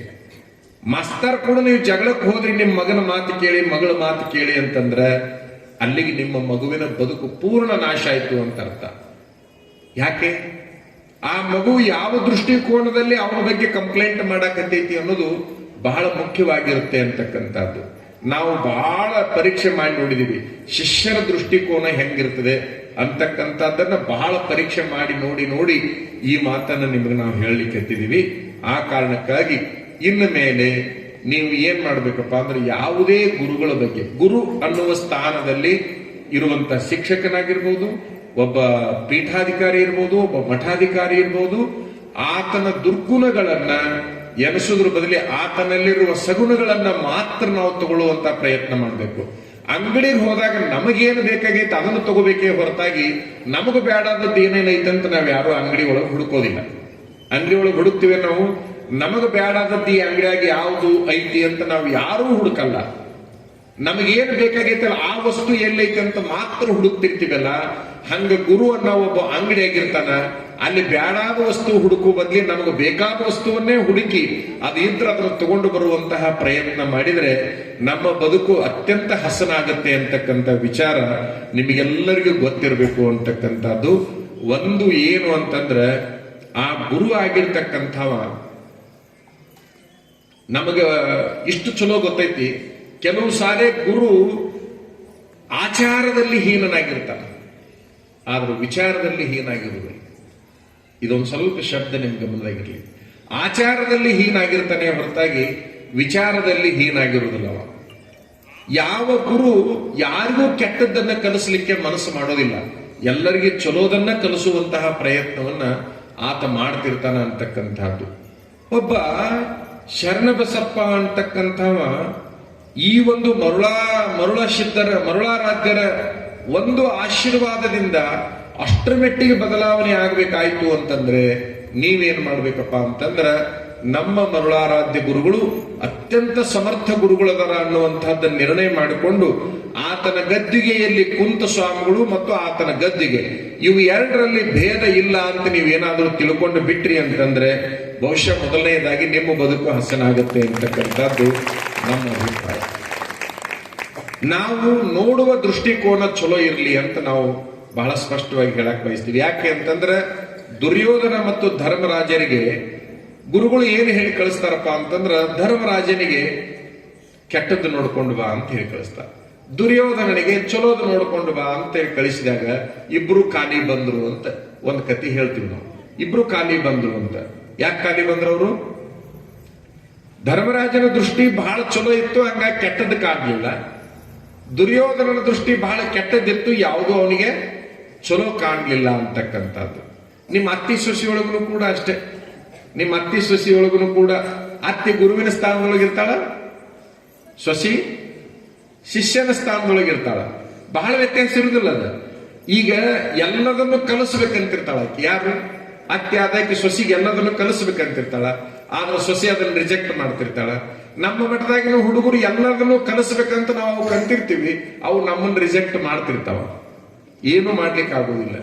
ಈಗ ಉದಾಹರಣೆಗಾಗಿ ಏನು ಕಲಿಸಿದ್ರು ಅತ್ತಿ ನನ್ನ ಹಿತಕ್ಕೆ ಕಲಿಸ್ತಾಳ ಅನ್ನೋದು ಸೊಸಿ ತಲೆಯಾಗ ಬಂತು ಅಂತಂದ್ರ ಸೊಸಿಯಾಗಿ ಉಳಿಯಂಗಿಲ್ಲ, ಮಗಳಿಗಿಂತ ಹೆಚ್ಚಾಗೇ ಬಿಡ್ತಾಳ ಅಂತಕ್ಕಂಥದ್ದು ನಮ್ಮ ಅಭಿಪ್ರಾಯ. ಮತ್ತ ಸೊಸಿ ದೃಷ್ಟಿ ಅತ್ತಿ ದೃಷ್ಟಿ ಬದ್ಲಿ ಆತು ಅಂತಂದ್ರ ಆ ಮನಿಯಾಗಿ ಉಳಿಯಂಗಿಲ್ಲ. ಗುರುವಿನ ದೃಷ್ಟಿ ಶಿಷ್ಯನ ದೃಷ್ಟಿ ಬದ್ಲಿ ಆತಂದ್ರ ಸಮಾಜ ಆಗಿ ಉಳಿಯಂಗಿಲ್ಲ. ಇಷ್ಟು ಮಾತ್ರ ನಿಮ್ ಗಮನದಾಗಿರ್ಲಿ. ಅಲ್ಲಿ ಎಲ್ಲದನ್ನು ಮನಿನೂ ಬದ್ಲಿ ಆಗ್ತದ, ಇಲ್ಲಿ ಸಮಾಜ ಬದ್ಲಿ ಆಗ್ತೈತಿ. ಅದಕ್ಕಾಗಿ ಪರಸ್ಪರ ಒಬ್ಬರನ್ನೊಬ್ಬರು ಪ್ರೀತಿ ಮಾಡುವಂತಹ ಒಂದು ಗುಣಕ್ಕೆ ನೀವು ಬಂದಿರಿ ಅಂತಂದ್ರೆ ಬಹಳ ಚಲೋ ಆಗುತ್ತೆ ಅಂತಕ್ಕಂಥದ್ದು. ಈಗ ಉದಾಹರಣೆಗೆ ಅತ್ತಿ ದೃಷ್ಟಿ ಹೆಂಗಿರ್ತೈತಿ ಅಂತ ಹೇಳ್ತೀವಿ. ನೀವು ಅತ್ತಿ ದೃಷ್ಟಿ ಹೆಂಗಿರ್ತದ? ಒಂದು ಗಂಡು ಹುಟ್ಟೈತಿ, ಒಂದು ಹೆಣ್ಣು ಹುಟ್ಟೈತಿ ಅಂತ ಇಟ್ಕೊಡ್ರಿ. ಒಂದು ಗಂಡು ಒಂದು ಹೆಣ್ಣು ಹುಟ್ಟೈತಿ. ಹೆಣ್ಣು ಇಟ್ಕೋಬೇಕೋ ಗಂಡು ಇಟ್ಕೋಬೇಕೋ ಮನ್ಯಾಗ? ಏನ್ ಮಾಡ್ತೀರಿ ಹೇಳ್ರಿ ಒಬ್ರು ಯಾರು? ಯಾವ್ದನ್ನ ಕೊಡ್ಬೇಕು? ಒಂದ್ ಹೆಣ್ಣು ಐತಿ, ಒಂದು ಗಂಡು ಐತಿ ಮನೆಯೊಳಗ. ಯಾವ್ದನ್ನ ಕೊಡ್ಬೇಕು? ಹೊರಗ ಹೆಣ್ಣು ಕೊಡ್ಬೇಕು. ಹೌದಾ? ಈಕಿ ಹೋದಾಕ ಯಾರು? ಮಗಳು. ಬಂದಾಕ ಯಾರು? ಗೊತ್ತಲ್ಲ. ಒಂದು ಹೋತು, ಒಂದು ಬಂತು. ಸ್ವಲ್ಪ ಇದನ್ನು ಸೂಕ್ಷ್ಮ ಕೇಳ್ರಿ. ಒಂದು ಹೋತು, ಒಂದು ಬಂತು. ಹೋದಿದ್ದು ಮಗಳು, ಬಂದಿದ್ದು ಸೊಸಿ. ಯಾವುದನ್ನ ಕೊಟ್ಟಿರಲ್ಲ ಮರಳಿ ತಗೊಂಬರಕ್ ಕೊಟ್ಟಿರೋ ಅದು ಅಲ್ಲೇ ಇರ್ಲಿ ಅಂತ ಕೊಟ್ಟಿರೋ? ಹೆಂಗ ಹೇಳ್ರಿ? ಅದು ಅಲ್ಲೇ ಇರ್ಲಿ ಅಂತ ಕೊಟ್ಟಿರಿಲ್ಲ? ಆಯ್ತು, ಇರ್ಲಿ. ಇದು ಬಂದಿದ್ದು ಇಲ್ಲೇ ಇರ್ಲಿ ಅಂತ ತಗೊಂಡಿರೋ, ಇದು ಮರಳಿ ಹೋಗ್ಲಿ ಅಂತ ತಗೊಂಡಿರೋ? ಇದು ಇಲ್ಲೇ ಇರ್ಲಿ ಅಂತ ತಗೊಂಡ್ರಿ, ಅದು ಅಲ್ಲೇ ಇರ್ಲಿ, ಇದು ಇಲ್ಲೇ ಇರ್ಲಿ ಅಂತ ತಗೊಂಡಿವಿ. ಇಷ್ಟು ಮಾತ್ರ ಸುಳ್ಳ ಕರೆಯೋ? ಆಯ್ತು. ಸೂಕ್ಷ್ಮವಾಗಿ ಒಂದು ಮಾತು ಹೇಳ್ತೀವಿ ನಿಮಗ. ಯಾವಳು ಇದ ನನ್ನ ಮನಿ ಅಂತ ಬಂದಾಳಲ್ಲ, ನೀ ಹೆಚ್ಚು ಕಾಳಜಿ ಮಾಡ್ಬೇಕಾಗಿದ್ದ ಆತ್ಯ ಅದಕ್ಕೆ ಈಕಿನ್ನ ಹೋದಾಕಿನ್ನ ಹೇಳ್ರಿ. ನೀನ ಸರಿ, ನಿಂದ ಎಲ್ಲ ನನ್ನ ಹಡ್ದಾಕಿ ಸುಳ್ಳು, ನನ್ನ ಹಡ್ದವ್ ಸುಳ್ಳು, ಒಡ ಹುಟ್ಟಿದವರು ಸುಳ್ಳು, ಎಲ್ಲರೂ ಸುಳ್ಳು, ನೀನ ಕರೆ ಅಂತ ನಿನ್ನ ಮನೆಗೆ ಬಂದಾಳಲ್ಲ, ಈಗಿನ ಕಾಳಜಿ ಮಾಡ್ಬೇಕು ಹೋದಾಕಿನ ಕಾಳಜಿ ಮಾಡ್ಬೇಕು? ಬಂದಾಕಿನ್ನ ಕಾಳಜಿ ಮಾಡ್ಬೇಕು. ಆದ್ರೆ ನೀವು ಮಾಡುದು ಯಾರನ್ನ? ಎಲ್ಲಿ ಮನಿ ಕೆಡ್ತೈತೆ ಅನ್ನೋದನ್ನ ಹೇಳಾಕತ್ತೀನಿ ನಿಮಗೆ. ಅದನ್ನ ಸಮಾಜಕ್ಕೆ ಹಚ್ಕೊಂಡ್ಬಿಡ್ರಿ ಅಂತ ಮುಂದೆ. ಆಟೋಮೆಟಿಕ್ ಆಗಿ ನೀವೇನ್ ಮಾಡ್ತೀರಿ ಅಂತಂದ್ರೆ, ಬೆಳಿಗ್ಗೆ ಎದ್ದು ಕೂಡಲೇ ಮಗಳಿಗೆ ಎಷ್ಟೊತ್ತಿಗೆ ಎದ್ದಿ? ಮಗಳಿಗೆ ಫೋನ್ ಹೋತ, ನಾಷ್ಟ ಮಾಡದೇ ಇಲ್ಲ ಮತ್ತೊಮ್ಮೆ ಹೋತ, ಹೆಂಗಾಗಿತ್ತ ಅದು ರುಚಿ ಇತ್ತ ಇಲ್ಲ ಮತ್ತೊಮ್ಮೆ ಹೋತ. ಒಂದು ಸಾರಿ ಬೆಳಿಗ್ಗೆ ಚಲೋ ಆತು ಅಂತಂದ್ರ ರಾತ್ರಿ ಮಲಗು ತನಕ ಅಕ್ಕಿ ನೆನ್ ಬಿಡುದ್ರಿ. ಯಾರನ್ನ? ಹೋದಕ್ಕಿನ. ಇದು ಸುಳ್ಳಂತೂ ಅಲ್ಲ. ಇದು ಇಲ್ಲೇ ಮಕ್ಕಳ ಆಟಾಡ್ತಿರ್ತೈತಿ. ಉಂಡೇನ ಅನ್ನಂಗಿಲ್ಲ, ತಿಂದೇನ ಅನ್ನಂಗಿಲ್ಲ, ಹೆಂಗದಿ ಅನ್ನಂಗಿಲ್ಲ, ಒಂದ್ ದಿವ್ಸ ಇದ್ರ ಕಡೆಗೆ ಒಳ್ಳೆ ನೋಡಂಗಿಲ್ಲ. ಇದು ಇಷ್ಟಂತೂ ನಡೀತೈತಿ. ಕಲಿಕೇರಿ ಒಳಗೆ ದೊಡ್ಡ ಕಾರ್ಯಕ್ರಮ ಇಟ್ಕೊಂಡಾರ. ಶಿರಹಟ್ಟಿ ಜಗದ್ರು, ಶ್ರೀಶೈಲ ಜಗದ್ರು ಎಲ್ಲರೂ ಬರಾಕತ್ತಾರ. ನೀ ಬಾ ಅಂತೇಳಿ ಫೋನ್ ಮಾಡಿದ್ಲ ಅಂತ ತಿಳ್ಕೊಳ್ರಿ. ಈಕಿ ದಿನ ಮಾತಾಡ್ತಿದ್ಲಲ್ಲ, ಫೋನ್ ಮಾಡಿದ್ರ ಆಕಿ ಒಂದು ವಾರದ ಲಗೇಜ್ ತಗೊಂಡ್ಬರ್ತಾಳ. ಆಕಿ ಒಂದು ವಾರದ ಲಗೇಜ್ ಅಂತಂದ್ರಿ, ಅದೇನು 3 ಸೀರೆ 8 ಸೀರೆ ಅನ್ಕೋಬೇಡ್ರಿ ನೀವು. ಕನಿಷ್ಠ 150 ಸೀರೆ ತುಂಬ್ತಾಳ ಆಕಿ. ತಾಸಿಗೊಮ್ಮೆ ಬದ್ಲಿ ಆಗ್ಬೇಕಲ್ಲ. 2 ದೊಡ್ಡ ಸುಟ್ಕೇಸ್, 2 ಬಹಳ ದೊಡ್ಡ ಸುಟ್ಕೇಸ್ ತಯಾರು ಮಾಡಿ 2 ತುಂಬಾ ಹಾಕಿವ ಎಲ್ಲ. 8 ದಿವಸಕ್ಕೆ ಹೋಗಾಕ 8 ಬೇಕಾಗುದಿಲ್ಲ, 150 ಬೇಕಾಗ್ತಾವ. ಎಲ್ಲ ತಯಾರು ಮಾಡಿದ ಮೇಲೆ ಆಯ್ತು, ಹೋಗುದಂತೂ ಆಯ್ತು. ತಾವು ಇಷ್ಟು ಈ 2 ಹೊತ್ಕೊಂಡು ಹೋಗ್ಬೇಕಾದ್ರೆ ಈಕಿಗಂತೂ ಸಾಧ್ಯ ಇಲ್ಲ. ಮತ್ ಹೋಗಿ ಬರೋ ನಡ್ರಿ, ನಮ್ಮ ಅವ್ವ ಕರ್ದಾಳ. ಇವನು ಹೋಗಬೇಕಲ್ಲ. ಯಾರು? ಅಳಿಯ. ಇವ ಹೋಗುದು ಅದಕ್ಕ? ಅವು ಏನು 2 ಹೊರಲಾರ್ದು ಅದಾವಲ್ಲ, ಅವನ್ ಹಿಡ್ಕೊಳ್ಳ ಕಷ್ಟ. ಆಯ್ತು, ಇದನ್ನ ತಗೊಂಡು ಹೊರಟ. ಇಷ್ಟೊತ್ತಿಗೆ ಬಿಡ್ತೀವಿ ಅಂತ ಹೇಳ್ತಾಳೆ ಆಕೆ. ಯಾಕಂದ್ರೆ ನಿರಂತರ ಫೋನ್ ಸಂಪರ್ಕ ಇರ್ತೈತಲ್ಲ, ಅಲ್ಲಿ ಬಿಡ್ತಾಳೆ. ಇಲ್ಲಿ ದಿನಾ ಓನ್ಯಾಗ ಹೇಳ್ತಿದ್ಲಿ ಈಕಿ, ನನ್ನ ಸೊಸೆ, ನನ್ನ ಮಗಳು ಹಂಗದಳ, ನನ್ನ ಮಗಳು ಹಿಂಗದಳ, ನನ್ನ ಮಗಳನ್ನು ಕುಂತು ಊಟ ಮಾಡಿಸ್ತಾರ, ನನ್ನ ಮಗಳನ್ನು ಹುಲ್ಲು ಕಡ್ಡಿ ಎತ್ತಿಡ ಅನ್ನಂಗಿಲ್ಲ. ಓನ್ಯಾಗ ಎಲ್ಲಾರ ಮುಂದೆ ಹೇಳ್ತೆ. ನಾ ಹೇಳಕ್ ಬೇಡ ಅನ್ನೋದಿಲ್ಲ. ಇದು ನಿಂದ ನಾನಾ ನಿನ್ನ ಪಟ್ಟಿ ಅಂತ ಬಂದೈತಿಲ್ಲ, ಇದ್ರ ಕಡೆಗೆ ಒಂದು ಸ್ವಲ್ಪ ಇದ್ರ ಸುದ್ದಿ ತೆಗಿಯಂಗಿಲ್ಲ. ಇಲ್ಲಿ ಮನಸ್ಸು ಕೆಡ್ತೈತೆ ಇಲ್ಲ. ನಾ ಸುಮ್ಮನೆ ನಿಮ್ಮನ್ನ ಕೇಳ್ತೀನಿ, ಮನಸ್ಸು ಕೆಟ್ಟ ಬಿಡ್ತೈತಿ. ಇದು ಯಾಕ? ನಿರಂತರ ಹೋದಾಕಿನ ಪ್ರೀತಿ ಮಾಡಿ ಬಂದಾಕಿನ ಅಲಕ್ಷ್ಯ ಮಾಡಿದಾಗ ಅದು ಪೂರ್ಣ ಪ್ರಮಾಣ ಕೆಟ್ಟ ಬಿಡ್ತದೆ. ಮನಸ್ಸಿನ ಸ್ಥಿತಿನೇ ಅದು ಕೆಟ್ಕೊಂತ ಹೋಗೋದೇ ಅದ್ರ ಮನಸ್ಸಿನ ಗುಣಧರ್ಮ. ಓನ್ಯಾಗ ಎಲ್ಲರಿಗೂ ಹೇಳಿಟ್ಟಾಳ, ಅವ ಬಂದ ನೋಡ್ರಿ 2 ದೊಡ್ಡ ಸುಟ್ಕೇಸಿನ ಮೇಲೆ ಒಂದು ಪ್ಲಾಸ್ಟಿಕ್ ಚೀಲ ಇತ್ತು. ಅದು ಯಾವ್ದು ಗೊತ್ತಾ? ಒಂದೊಂದು ಅಂಗಿ ಚೊನ್ನ ಇತ್ತು ಅದ್ರಾಗ. ಒಂದ್ ಅಂಗಿ ಒಂದು ಚೊನ್ನ ಇತ್ತು, ಅದು ಪ್ಲಾಸ್ಟಿಕ್ ಕ್ಯಾರಿ ಬ್ಯಾಗ್ನಾಗ ಇಟ್ಕೊಂಡು ಅದು ಬಂತು. ಈಕಿ ಓನ್ಯಾಗ 20 ಮಂದಿ ಕುಂದ್ರಸ್ಯಾಳ ಎದ್ರ ಸಲುವಾಗಿ. ಈಗ ಬರ್ತಾಳ ನೋಡ, ನನ್ನ ಮಗಳು ಹಳೆಯರ್ ಕರ್ಕೊಂಡ್ ಬರ್ತಾಳ ನೋಡಿ. ಹಂಗ ನಾ ಹೇಳಿದ್ ಇಷ್ಟು ದಿವಸ ಹೇಳ್ತಿದ್ನೆಲ್ಲ ಸುಳ್ಳ ಕರೆಯವ್ ನೋಡ್ರಿ. ಬಂದ್ರ ಅವ್ರಿಬ್ರು. ಈಕಿ ಏನೇನು ಕೈಯಾಗಿಲ್ಲ, ಅವನ ಕೈಯಾಗಿ 2 ಇದ್ವು. ಇಂಥ ಹಳೆಯ ಎಲ್ಲಾರದ ನಾನು ಓನೇನ ಆಕಿನ್ ಕೇಳ್ತಾಳ. ಈಕಿ 20 ಮಂದಿ ಕುಂದ್ರಿಸ್ಕೊಂಡ್ ಕುಂತಾಳ, ನನ್ನ ಮಗಳ ಕೈಯಾಗಿ ಏನೂ ಕೊಟ್ಟಿಲ್ಲ ಅವ. ನೋಡ್ರಿ, ಹಿಂಗಿರ್ಬೇಕು ಅಳಿಯ ಇದ್ರ. ಇವ ನನ್ನ ಅಳಿಯ ದೇವ್ರಿದ್ದಂಗ ಅಂತ ಅವನು ಹೊಗಳ್ತಾಳ. ಮಗಳು ಸುಖವಾಗಿದ್ದಾಳ, ಅಳಿಯ ಹಿಂಗ ಚಲೋ ಅದಾನಂತ ಹೊಗಳ್ತಾಳ. ಇರ್ಲಿ, ಬಂದ್ಲು, ಕಾರ್ಯಕ್ರಮ ಮುಗಿಸ್ಕೊಂಡು ಹೋದ್ಲು. ಮತ್ ಈಕಿ ನೋಡಿದ್ಲಲ್ಲ ಇದನ್ನೆಲ್ಲ. ಬಂದಕ್ಕೆ ಅಂದ್ರೆ ಗೊತ್ತಾತಲ್ಲ, ಇಲ್ಲಿದ್ಲಲ್ಲ, ದಿನಾ ನೋಡ್ತಿದ್ದಲ್ಲ, ಮಾತಾಡೋದು, ಮಟ್ಟೋದು, ಬರೋದು, ಹೋಗೋದು ಎಲ್ಲ ಇತ್ತಲ್ಲ. ಈಕಿ ನಮ್ಮೂರಾಗೂ ಕಾರ್ಯಕ್ರಮ ಐತ್ರಿ, ಹೋಗಿ ಬರ್ತೀನಿ ಅಂದು ಸೇಮ್ ಜೆರಾಕ್ಸ್ ಕಾಪಿ ಮಾಡಿದಂಗೆ ಈಕಿ 2 ದೊಡ್ಡ ಸುಟ್ಕೇಸ ತಯಾರು ಮಾಡಿದ್ರು. ಈಕಿ ಏನು ಬದಲಾವಣೆ ಇಲ್ಲ, ನೋಡಿದ್ಲು ಅದ್ರ ಪ್ರಕಾರ ತಯಾರು ಮಾಡಿದ್ಲು. ಅದ್ರಾಗ ಒಂದು ಪ್ಲಾಸ್ಟಿಕ್ ಕ್ಯಾರಿ ಬ್ಯಾಗ್ ನೋಡಿ ಇವೊಂದೊಂದು ಚೊನ್ನ ಹಂಗೆ ಇಟ್ಟು ಮತ್ ಹೋಗು ನಡ್ರಿ ಅಂದ್ಲು. ಇವನು ಮತ್ ತಗೊಳ್ಬೇಕಲ್ಲ ಅದನ್ನ. ಯಾರು? ಮಗ ತನ್ನ ಹೆಂಡತಿ ಸುಟ್ಕೇಸ್ ತಗೊಂಡು ಹೊಂಟು ಕೂಡ್ಲೆ ಆಯ್ಕೆ ಚಲೋ ಮಾಡಿಬಿಟ್ಲು. ಏನಂತ? ಬರ್ರಿ ಬಾ ಬರ್ರಿ, ಎಲ್ಲರ ನೋಡ್ರಿ ಇಂತ ಗಂಡಸರನ್ನ. ಇದು ನೋಡಿದ್ರಿ, ಗಂಡಸ ಅಂತಾರ ಇದಕ್ಕೆ? ಎಲ್ಲರ ಇದಕ್ಕೆ ಯಾರ ಗಂಡಸ ಅಂತಾರ? ಇದಕ್ಕೆ ಹೊತ್ಕೊಂಡ್ ಹೊಟ್ಟತ್ ನೋಡಿ ಆಕಿ ನಿಂತ. ಜೊಕುಮಾರ್ ಇದ್ದಂಗದ ನೀವು, ಜೊಕುಮಾರ್. ನಾನಂತೀನಿ, ಹಳೆಯ ಸುಟ್ಕೇಸ್ ಹಿಡ್ಕೊಂಡು ಬಂದ್ರ ರಾಜ್ಕುಮಾರ, ಮಗ ಸುಟ್ಕೇಸ್ ಹಿಡ್ಕೊಂಡು ಹೊಂಟ್ರ ಜೊಕುಮಾರ ಯಾಕ ಅಂತ. ಇಲ್ಲಿ ಏನೈತಿ? ಏನೂ ಇಲ್ಲ, ವ್ಯತ್ಯಾಸ. ದೃಷ್ಟಿಕೋನ ಬದಲಾವಣೆ ಆಗಿದೆ. ಆ ದೃಷ್ಟಿಕೋನ ಬದಲಾವಣೆ ಆಗಿದ್ದಕ್ಕನೇ ಸಮಸ್ಯೆ ಆಯ್ತು. ವಿಚಾರ ಮಾಡ್ಬೇಕು ನಾವೆಲ್ಲ. ನಾನು ನಿರಂತರ ಬಾಳಿ ಬದುಕಬೇಕಾಗಿದ್ದು ಈ ಬಂದಾಕಿ ಜೋಡಿ ಅಂತಂದ ಮೇಲೆ ಹೋದಾಕಿ ಜೋಡಿ ಸಂಬಂಧ ಇಟ್ಕೊಳ್ಳೋದ್ರ ಬದಲಿ ಬಂದಾಕಿ ಜೋಡಿ ಸಂಬಂಧ ಇಟ್ಕೊಂಡು ಬಿಟ್ರೆ ಮನಿ ಸ್ವರ್ಗ ಆಗತ್ತೆ ಅಂತಕ್ಕಂಥದ್ದನ್ನ ಅರ್ಥ ಮಾಡ್ತೀವಿ. ಇಷ್ಟೇ ಸಮಾಜನೂ ಇಷ್ಟೇ. ಸಮಾಜ ಬಹಳ ಚಲೋ ಇರಬೇಕು ಅಂತಂದ್ರೆ ನೀವೇನ್ ಮಾಡ್ಬೇಕಪ್ಪ ಅಂತಂದ್ರ ಅಲ್ಲಿ ಅತ್ತಿ ಸೊಸಿ ಒಂದೇ ಮನಸ್ಸಿನವರಾಗಬೇಕು, ಇಲ್ಲಿ ಗುರು ಶಿಷ್ಯರು ಒಂದೇ ಮನಸ್ಸಿನವರಾಗಬೇಕು. ಅಂದಾಗ ಮಾತ್ರ ಈ ಸಮಾಜದಲ್ಲಿ ಏನಾದ್ರೂ ಉತ್ತಿ ಬಿತ್ತಿ ಬೆಳೆಯಲಿಕ್ಕೆ ಸಾಧ್ಯ ಅಂತಕ್ಕಂಥದ್ದನ್ನ ನಾವೆಲ್ಲರೂ ಅರ್ಥ ಮಾಡ್ಕೊಂಡು ಬಿಟ್ರೆ ಬಹುಶಃ ಬದುಕು ಬಂಗಾರ ಆಗುತ್ತೆ ಅಂತಕ್ಕಂಥದ್ದು. ಮತ್ತು ಸೊಸಿ ಆಗಿರ್ತಕ್ಕಂಥವಳು, ನಾನು ನನ್ನ ತಾಯಿಯನ್ನ ಬಿಟ್ಟು ಬಂದೀನಿ ಅಂತಂದ್ರೆ ನನಗಾಗಿ ಒಬ್ಬ ಗಂಡು ಹುಡುಗನ್ನ ಹಡೆದು ಕೊಟ್ಟಾಳಪ್ಪ ಅಂತಂದ್ರೆ ಈಕಿ ನನ್ನ ತಾಯಿಗಿಂತ ಶ್ರೇಷ್ಠ ಅಂತ ಆಕಿ ತಿಳ್ಕೊಂಡು ಬಿಟ್ಲು ಅಂತಂದ್ರೆ ಆಕಿಂದು ದೃಷ್ಟಿ ಬಹಳ ಬದಲಾವಣೆ ಆದಂಗ ಆಗುತ್ತೆ ಅಂತ. ಒಟ್ಟಾರೆ ನಿಮಗೊಂದೇ ಒಂದು ಗಮನದಾಗಿರ್ಲಿ, ಕರುಣೆ ಅನ್ನುವಂಥದ್ದು ಬಹಳ ದೊಡ್ಡ ಕೆಲಸ ಮಾಡುತ್ತೆ, ಕ್ರೂರತರ ಅನ್ನುವಂಥದ್ದು ಬಹಳಷ್ಟು ಹಾಳು ಮಾಡುತ್ತೆ ಅಂತಕ್ಕಂಥದ್ದು. ನಿಮ್ಮ ಮನೆಯಲ್ಲಿ ಕರುಣಾರಸ ಇರಬೇಕು, ಮಠದಲ್ಲಿ ಗುರುಗಳಿಗೂ ಕೂಡ ಕರುಣಾರಸ ಇರಬೇಕು.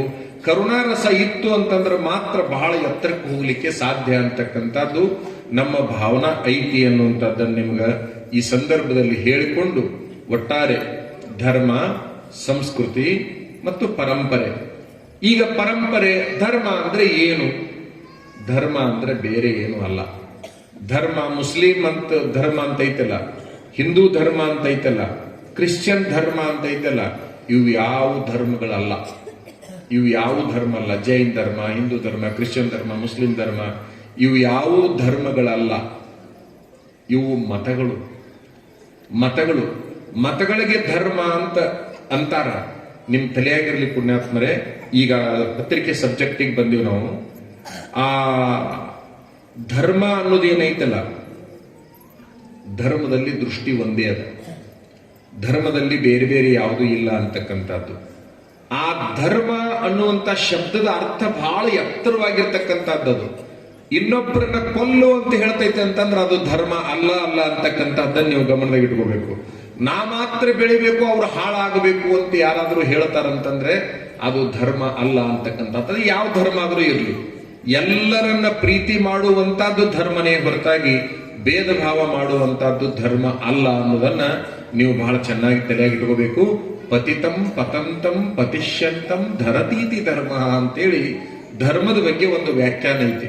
ಅಂದ್ರೆ ಪತೀತನಾಗಿರ್ತಕ್ಕಂಥ ಬಿದ್ದವನನ್ನ, ಬೀಳುತ್ತಿರುವವನನ್ನ, ಮುಂದೆ ಬೀಳಲಿರುವವನನ್ನ ಯಾವುದು ಎತ್ತಿಕೊಳ್ಳುತ್ತಲ್ಲ ಅದು ಧರ್ಮನೇ ಹೊರತಾಗಿ ಇನ್ನೊಬ್ಬರನ್ನ ಹಾಳು ಮಾಡಿದ್ರೆ ಅದು ಧರ್ಮ ಅಲ್ಲ ಅಂತಕ್ಕಂಥದ್ದು.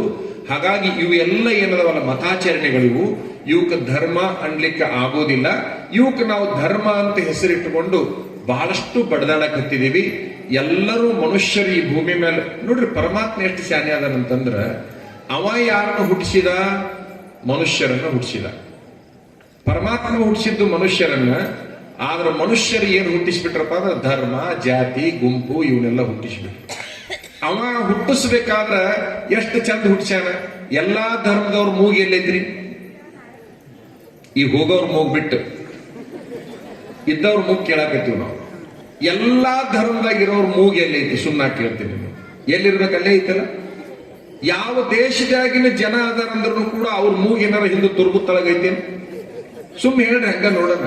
ಮೂಗ್ ಎಲ್ಲಿರ್ಬೇಕು ಅಲ್ಲೇ ಐತಿ, ಕಿವಿ ಎಲ್ಲಿರ್ಬೇಕು ಅಲ್ಲೇ ಅದಾವ. ವಿಚಿತ್ರ ಸತ್ಯ ಅಂತಂದ್ರ ನಮ್ಮ ದೇಹದೊಳಗಿನ ರಕ್ತಕ್ಕೆ ಗ್ರೂಪ್ ಮಾಡಿದ್ನೇ ಹೊರತಾಗಿ ಅವ ಅಲ್ಲಿ ಜಾತಿ ಮಾಡ್ಲಿಲ್ಲ. A group, B group, O group, B positive, A positive, ಎಷ್ಟು ಚಂದ. ಕೆಲವು ಗ್ರೂಪ್ಗಳನ್ನ ಮಾಡಿಟ್ಟಾನ, ರಕ್ತದೊಳಗೆ ಕೆಲವು ಮಾಡಿಟ್ಟಾನ.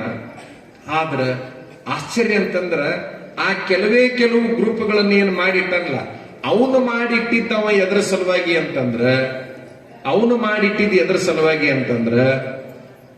ಮನುಷ್ಯ ಚಲೋ ಹುಟ್ಲಿ ಅನ್ನೋ ಸಲುವಾಗಿ ಮಾಡಿಟ್ಟಾನ. ಆ ಗ್ರೂಪ್ ಒಂದಾಯ್ತಂದ್ರೆ ಚಲೋ ಹುಟ್ಟುದಿಲ್ಲ ಅಂತೇಳಿ ತಿಳ್ಕೊಂಡು ಅದನ್ನ ಬೇರೆ ಮಾಡ್ಯಾನ ಹೊರತಾಗಿ ಮತ್ತೊಂದಕ್ಕೆ ಮಾಡಿಲ್ಲ. ಅವ ಬಹಳ ಬುದ್ಧಿವಂತ. ನಾವು ಅದನ್ನ ಪರಿಪೂರ್ಣ ಕೆಡಸಾಕತ್ತೀವಿ ಹೆಸರಿನಲ್ಲಿ. ನಮ್ಮ ಅಜ್ಞಾನದಿಂದ ಪೂರ್ಣ ಪ್ರಮಾಣ ಕೆಡಸಾಕತ್ತಿದೀವಿ. ಆದ್ರೆ ಕೆಲವು ಪರಂಪರೆ ಅನ್ನುವಂತದ್ದು ಒಂದು ಶಬ್ದ ಇಟ್ಟಿದ್ದಾರೆ ಇವರು. ಆ ಪರಂಪರೆಯಲ್ಲಿ ಹೀಗೇ ವ್ರತಾಚರಣೆಗಳು ಅಂತದಾವ. ಆ ಪರಂಪರೆಯಲ್ಲಿ ನಾವು ಹೋಗೋದನ್ನ ಮಾತ್ರ ನಿಲ್ಲಿಸಬಾರದು. ಪರಂಪರೆ ಬದಲಿ ಆಯ್ತು ಅಂತಂದ್ರೆ ನಿಮ್ದು ಇಡೀ ಜೀವನನೇ ಬದಲಿಯಾಗಿ ಹೋಗ್ಬಿಡ್ತದೆ. ನೀವು ನೆಮ್ಮದಿಯನ್ನ ಕಳ್ಕೊಳ್ತೀರಿ ಅಂತಕ್ಕಂಥದ್ದು. ಈಗ ಉದಾಹರಣೆಗಾಗಿ ವೀರಶೈವ ಲಿಂಗಾಯತರಿಗೊಂದು ಪರಂಪರೆ ಇದೆ, ಕುರುಬರಿಗೊಂದು ಪರಂಪರೆ ಇದೆ, ತಳವಾರರಿಗೊಂದು ಪರಂಪರೆ ಇದೆ, ಮುಸ್ಲಿಮರಿಗೊಂದು ಪರಂಪರೆ ಇದೆ, ಕ್ರಿಶ್ಚಿಯನ್ರಿಗೊಂದು ಪರಂಪರೆ ಇದೆ. ಆ ಪರಂಪರೆಯನ್ನ ಅವರು ಆಚರಿಸಲೇಬೇಕು ಅಂತಕ್ಕಂಥದ್ದು. ಲಿಂಗಾಯತರ ಪರಂಪರೆ ಯಾವುದು? ಲಿಂಗಾಯತರ ಪರಂಪರೆ ಅಂದ್ರೆ ಅಷ್ಟಾವರಣ, ಪಂಚಾಚಾರ, ಶತಸ್ಥಲ. ಇಷ್ಟನ್ನ ಇವರು ಸರಿಯಾಗಿ ತಿಳ್ಕೊಂಡು ಬಿಟ್ರು ಅಂತಂದ್ರೆ ಇವ್ರ ಬದುಕಿನೊಳಗೆ ನೆಮ್ಮದಿಯನ್ನ ಹಾಳು ಮಾಡಿಕೊಳ್ಳಿಕ್ಕೆ ಸಾಧ್ಯವೇ ಇಲ್ಲ ಅಂತಕ್ಕಂಥದ್ದು. ಹಂಗ ಎಲ್ಲಾ ಧರ್ಮಗಳಿಗೂ ಕೂಡ ಒಂದಿಷ್ಟು ಪರಂಪರೆ ಅನ್ನುವಂಥದ್ದೈತಿ. ಆ ಪರಂಪರೆಯನ್ನ ಉಳಿಸಿಕೊಂಡು ಹೋಗೋಣ. ಪರಂಪರೆ ಬಗ್ಗೆ ನೀವು ಪುರಾಣದಾಗ ಹೇಳ್ತಿರ್ತಾರ, ಪ್ರವಚನದೊಳಗೆ ಹೇಳ್ತಿರ್ತಾರ, ಭಾಷಣದೊಳಗೆ ಹೇಳ್ತಿರ್ತಾರ. ಇವೆಲ್ಲ ನಮ್ಮ ಸಲುವಾಗಿ ಅದಾವ ಅನ್ನೋದನ್ನ ನೀವು ತಿಳ್ಕೋಬೇಕು. ಮತ್ತೆ ನೀವು ಲಿಂಗಾಯತರು ಏನ್ ಮಾಡಾಕತ್ತೀರಿ ಅಂತಂದ್ರೆ, ಹೆಚ್ಚಾಗಿ ಈ ಮಠದಾಗ ಲಿಂಗಾಯತರ ಇರ್ತೀರಿ. ನೀವೇನ್ ಮಾಡಾಕತ್ತೀರಿ ಅಂದ್ರೆ ನಿಮ್ಮ ಪರಂಪರೆಯನ್ನ ಬಿಟ್ಟು ಹೊಂಟೀರಿ. ನಿಮ್ಮ ಪರಂಪರೆ ಈಗ ನಿಮ್ಮ ಮನೆಯೊಳಗ ದೇವ್ರು ಇಟ್ಟಿರ್ತಿರ್ಲ, ಆ ಜಗಕ್ಕೆ ಏನಂತೀರಿ ನೀವು? ಒಬ್ರು ಯಾರ ಕೇಳುವಂತ ಹೇಳ್ರಿ. ಜಗುಲಿ ಅಲ್ಲ, ನೀವೆಲ್ಲರೂ ಹೇಳಕತ್ತೀರ, ಅದನ್ನ ನಾವು ಹೇಳ್ತಾ ಇಲ್ಲ. ಜಗೂಲಿ ಅಂತ ಹೇಳಕತ್ತೀವಿ. ಏನದು ಜಗುಲಿ ಅಂತಂದ್ರ, ಲಿಂಗಾಯತರ ಪಾಲಿಗೆ ಜಗುಲಿ ಏನು ತುಂಬಿಕೊಂಡಿರ್ಬೇಕಪ್ಪ ಅಂತಂದ್ರ, ಮೊದಲನೇದು ಜ ಅಂದ್ರೆ ಜಂಗಮ, ಗು ಅಂದ್ರೆ ಗುರು, ಲಿ ಅಂತಂದ್ರೆ ಲಿಂಗ. ಜಂಗಮ, ಗುರು, ಲಿಂಗದ ಸಂಗಮ ಯಾವ್ದಾಗಿರ್ಬೇಕಂದ್ರೆ ನಿಮ್ಮ ಜಗುಲಿ ಆಗಿರ್ಬೇಕೇ ಹೊರತಾಗಿ ಒಂದು ಹಿಂಡು ದೇವ್ರು ತಂದಿಟ್ಟು ಇದ ನಮ್ಮ ದೇವ್ರ ಜಗುಲಿ ಅನ್ನುವಂಗ ಆಗಿರ್ಬಾರ್ದು. ಅದಕ್ಕೆ ಜಗುಲಿ ಅಂತ ನೀವು ಹೆಸರಿದ್ದೀರಿ. ಮೂರನ್ನ ಮಾತ್ರ ಅಲ್ಲಿ ನೀವು ಲಿಂಗಾಯತರಾಗಿರ್ತಕ್ಕಂಥವ್ರು, ವೀರಶೈವರಾಗಿರ್ತಕ್ಕಂಥವ್ರು ಅದನ್ನ ಮುಂದುವರಿಸಿಕೊಂಡು ಹೋಗ್ಬೇಕಾಗಿರುವಂತದ್ದು. ಎಷ್ಟು ತರ್ತೀರಿ ನೀವು? ಲಿಂಗಾಯತರ ದೇವರ ಜಗಲಿ ಮೇಲಿರುವಷ್ಟು ದೇವರು ಯಾವ ಜಾತಿ ಅವ್ರ ಮನಾಗೂ ಇರಕ್ ಸಾಧ್ಯನೇ ಇಲ್ಲ. ನೀವು ಎಲ್ಲಿ ಹೊಕ್ಕಿರ ಅಲ್ಲಿದೊಂದು ತಂದು ಇಟ್ಟ ಬಿಟ್ರೆ ಎಷ್ಟು ತುಂಬಿರಿ ಅಂತಂದ್ರೆ ದೇವ್ರೊಬ್ಬನೇ ಬಲ್ಲ. ಸ್ವಲ್ಪ ನನ್ನ ಮಾತುಗಳು ಬಿರುಸನಿಸ್ಬೋದು, ನಿಮಗ ಅನಿಸಿದ್ರು ಪರವಾಗಿಲ್ಲ. ಅದ್ರ ಅವಶ್ಯಕತೆ ನಾವು ನೀವು ಬೀಗರಾಗಬೇಕಾಗಿಲ್ಲ, ಏನಾಗಿಲ್ಲ. ಹೊಂಟಿವಿ ನಾವು ಮಾತಾಡಿದ ಕೂಡ್ಲೇ. ವಿಚಿತ್ರ ಅಂತಂದ್ರ ನಿಮ್ಮ ದೇವರ ಜಗಲಿ ಮೇಲೆ ಸಾಯಿಬಾಬಾ ಇದ್ದಿಲ್ಲ. 30 ವರ್ಷದಿಂದ ಯಾವ ಲಿಂಗಾಯತರ ದೇವರ ಜಗಲಿ ಮೇಲೆ ಸಾಯಿಬಾಬಾ ಇದ್ದಿಲ್ಲ. ಇವತ್ತು ಎಲ್ಲಾ ಲಿಂಗಾಯತರ ಪರ್ಸೆಂಟೇಜ್ ಲಿಂಗಾಯತರ ಜಗಲಿ ಮೇಲೆ ಸಾಯಿಬಾಬಾ ಅದ. ನಿಮ್ಮ ದೇವರ ಜಗಲಿ ಮೇಲೆ ಮಣಿಕಂಠ ಇದ್ದಿಲ್ಲ, ಅಯ್ಯಪ್ಪ ಸ್ವಾಮಿ ಅಯ್ಯಪ್ಪ ಇದ್ದಿಲ್ಲ, ಇವತ್ತು ಸ್ವಾಮಿ ಅಯ್ಯಪ್ಪ ನಿಮ್ ಜಗಲಿ ಮೇಲದ. ಹಿಂಗೆ ಎಷ್ಟು ಹೇಳ್ಬೇಕು ನಿಮಗೆ. ಉದಾಹರಣೆಗಾಗಿ ಎರಡನ್ನ ಹೇಳಿದಿವಿ ಅಷ್ಟೇ. ನಾವು ಯಾವ ಕಡೆಗೆ ಹೊಕ್ಕಿರಿ, ತಿಮ್ಮಪ್ಪ ಹೋದ್ರ ತಂದಿಟ್ಟ ಬಿಡ್ರಿ, ಶಿರ್ಡಿಗೆ ಹೋದ್ರ ತಂದ ಬಿಟ್ರಿ, ಅದ್ ಯಾವ್ದದು ಎಲ್ಲೆಲ್ಲಿ ಹೋಗ್ತೀರಿ ಅಲ್ಲೆಲ್ಲಿ ಎಲ್ಲಾ ತಗೊಂಡು ಬಂದ ಬಿಡ್ತೀರಿ. ಹಂಗಾಗಿ ನಿಮ್ಮ ಹುಡುಗರು ಏನ್ ಮಾಡಾಕತ್ಯಾವಪ್ಪ ಅಂದ್ರ ಈ ಪರಂಪರೆ ವ್ಯವಹಾರನ ಬೇಡಪ್ಪ ಅಂತ ಹೇಳಿ ತಿಳ್ಕೊಂಡು ಆ ದೇವ್ರ ಜಗಲಿ ಪೂಜೆ ಮಾಡು ಅಂದ್ರ ಅದನ್ನೊಂದು ಬಿಟ್ಟು ಎಲ್ಲ ಹೇಳ್ರಿ ಮಾಡ್ತೀನಿ ಅಂತವು. ಯಾವ ನಿಮ್ ಮನೆ ಗುಟ್ಟೇವಲ್ಲ, ನೀವು ಪೂಜೆ ಮಾಡು ಅಂದ್ರೆ ಸಾಕು, ಅವಕ್ಕೆ ಮುಳ್ಳಾಕೈತಿ ನಾವು ಒಲ್ಲೆ ಅಂತವು. ನೀ ಬೇಕಾದ್ ಹೇಳು, ಕಸ ಹೊಡಿಯಾಕೆ ಹೇಳು ಹೊಡಿತೀನಿ, ನೀರ್ ತಗೊಂಬ ಅಂತ ಹೇಳಿ ಹೊಡಿತೀನಿ, ಬಟ್ಟಿ ತೊಳಿ ಅಂದ್ರೆ ತೊಳಿತೀನಿ, ನೆಲ ಒರೆಸ್ ಅಂದ್ರೆ ಒರೆಸ್ತೀನಿ, ನೀ ಏನ್ ಹೇಳ್ತೀನಿ ಅಂದ್ರೆ ಮಾಡ್ತೀನಿ, ಬಾತ್ರೂಮ್ ಪೈಖಾನಿ ತೊಳಿ ಅಂದ್ರೆ ತೊಳಿತೀನಿ, ಪೂಜೆ ಮಾಡಕ್ ಒಲ್ಲೆ ಅಂತವು.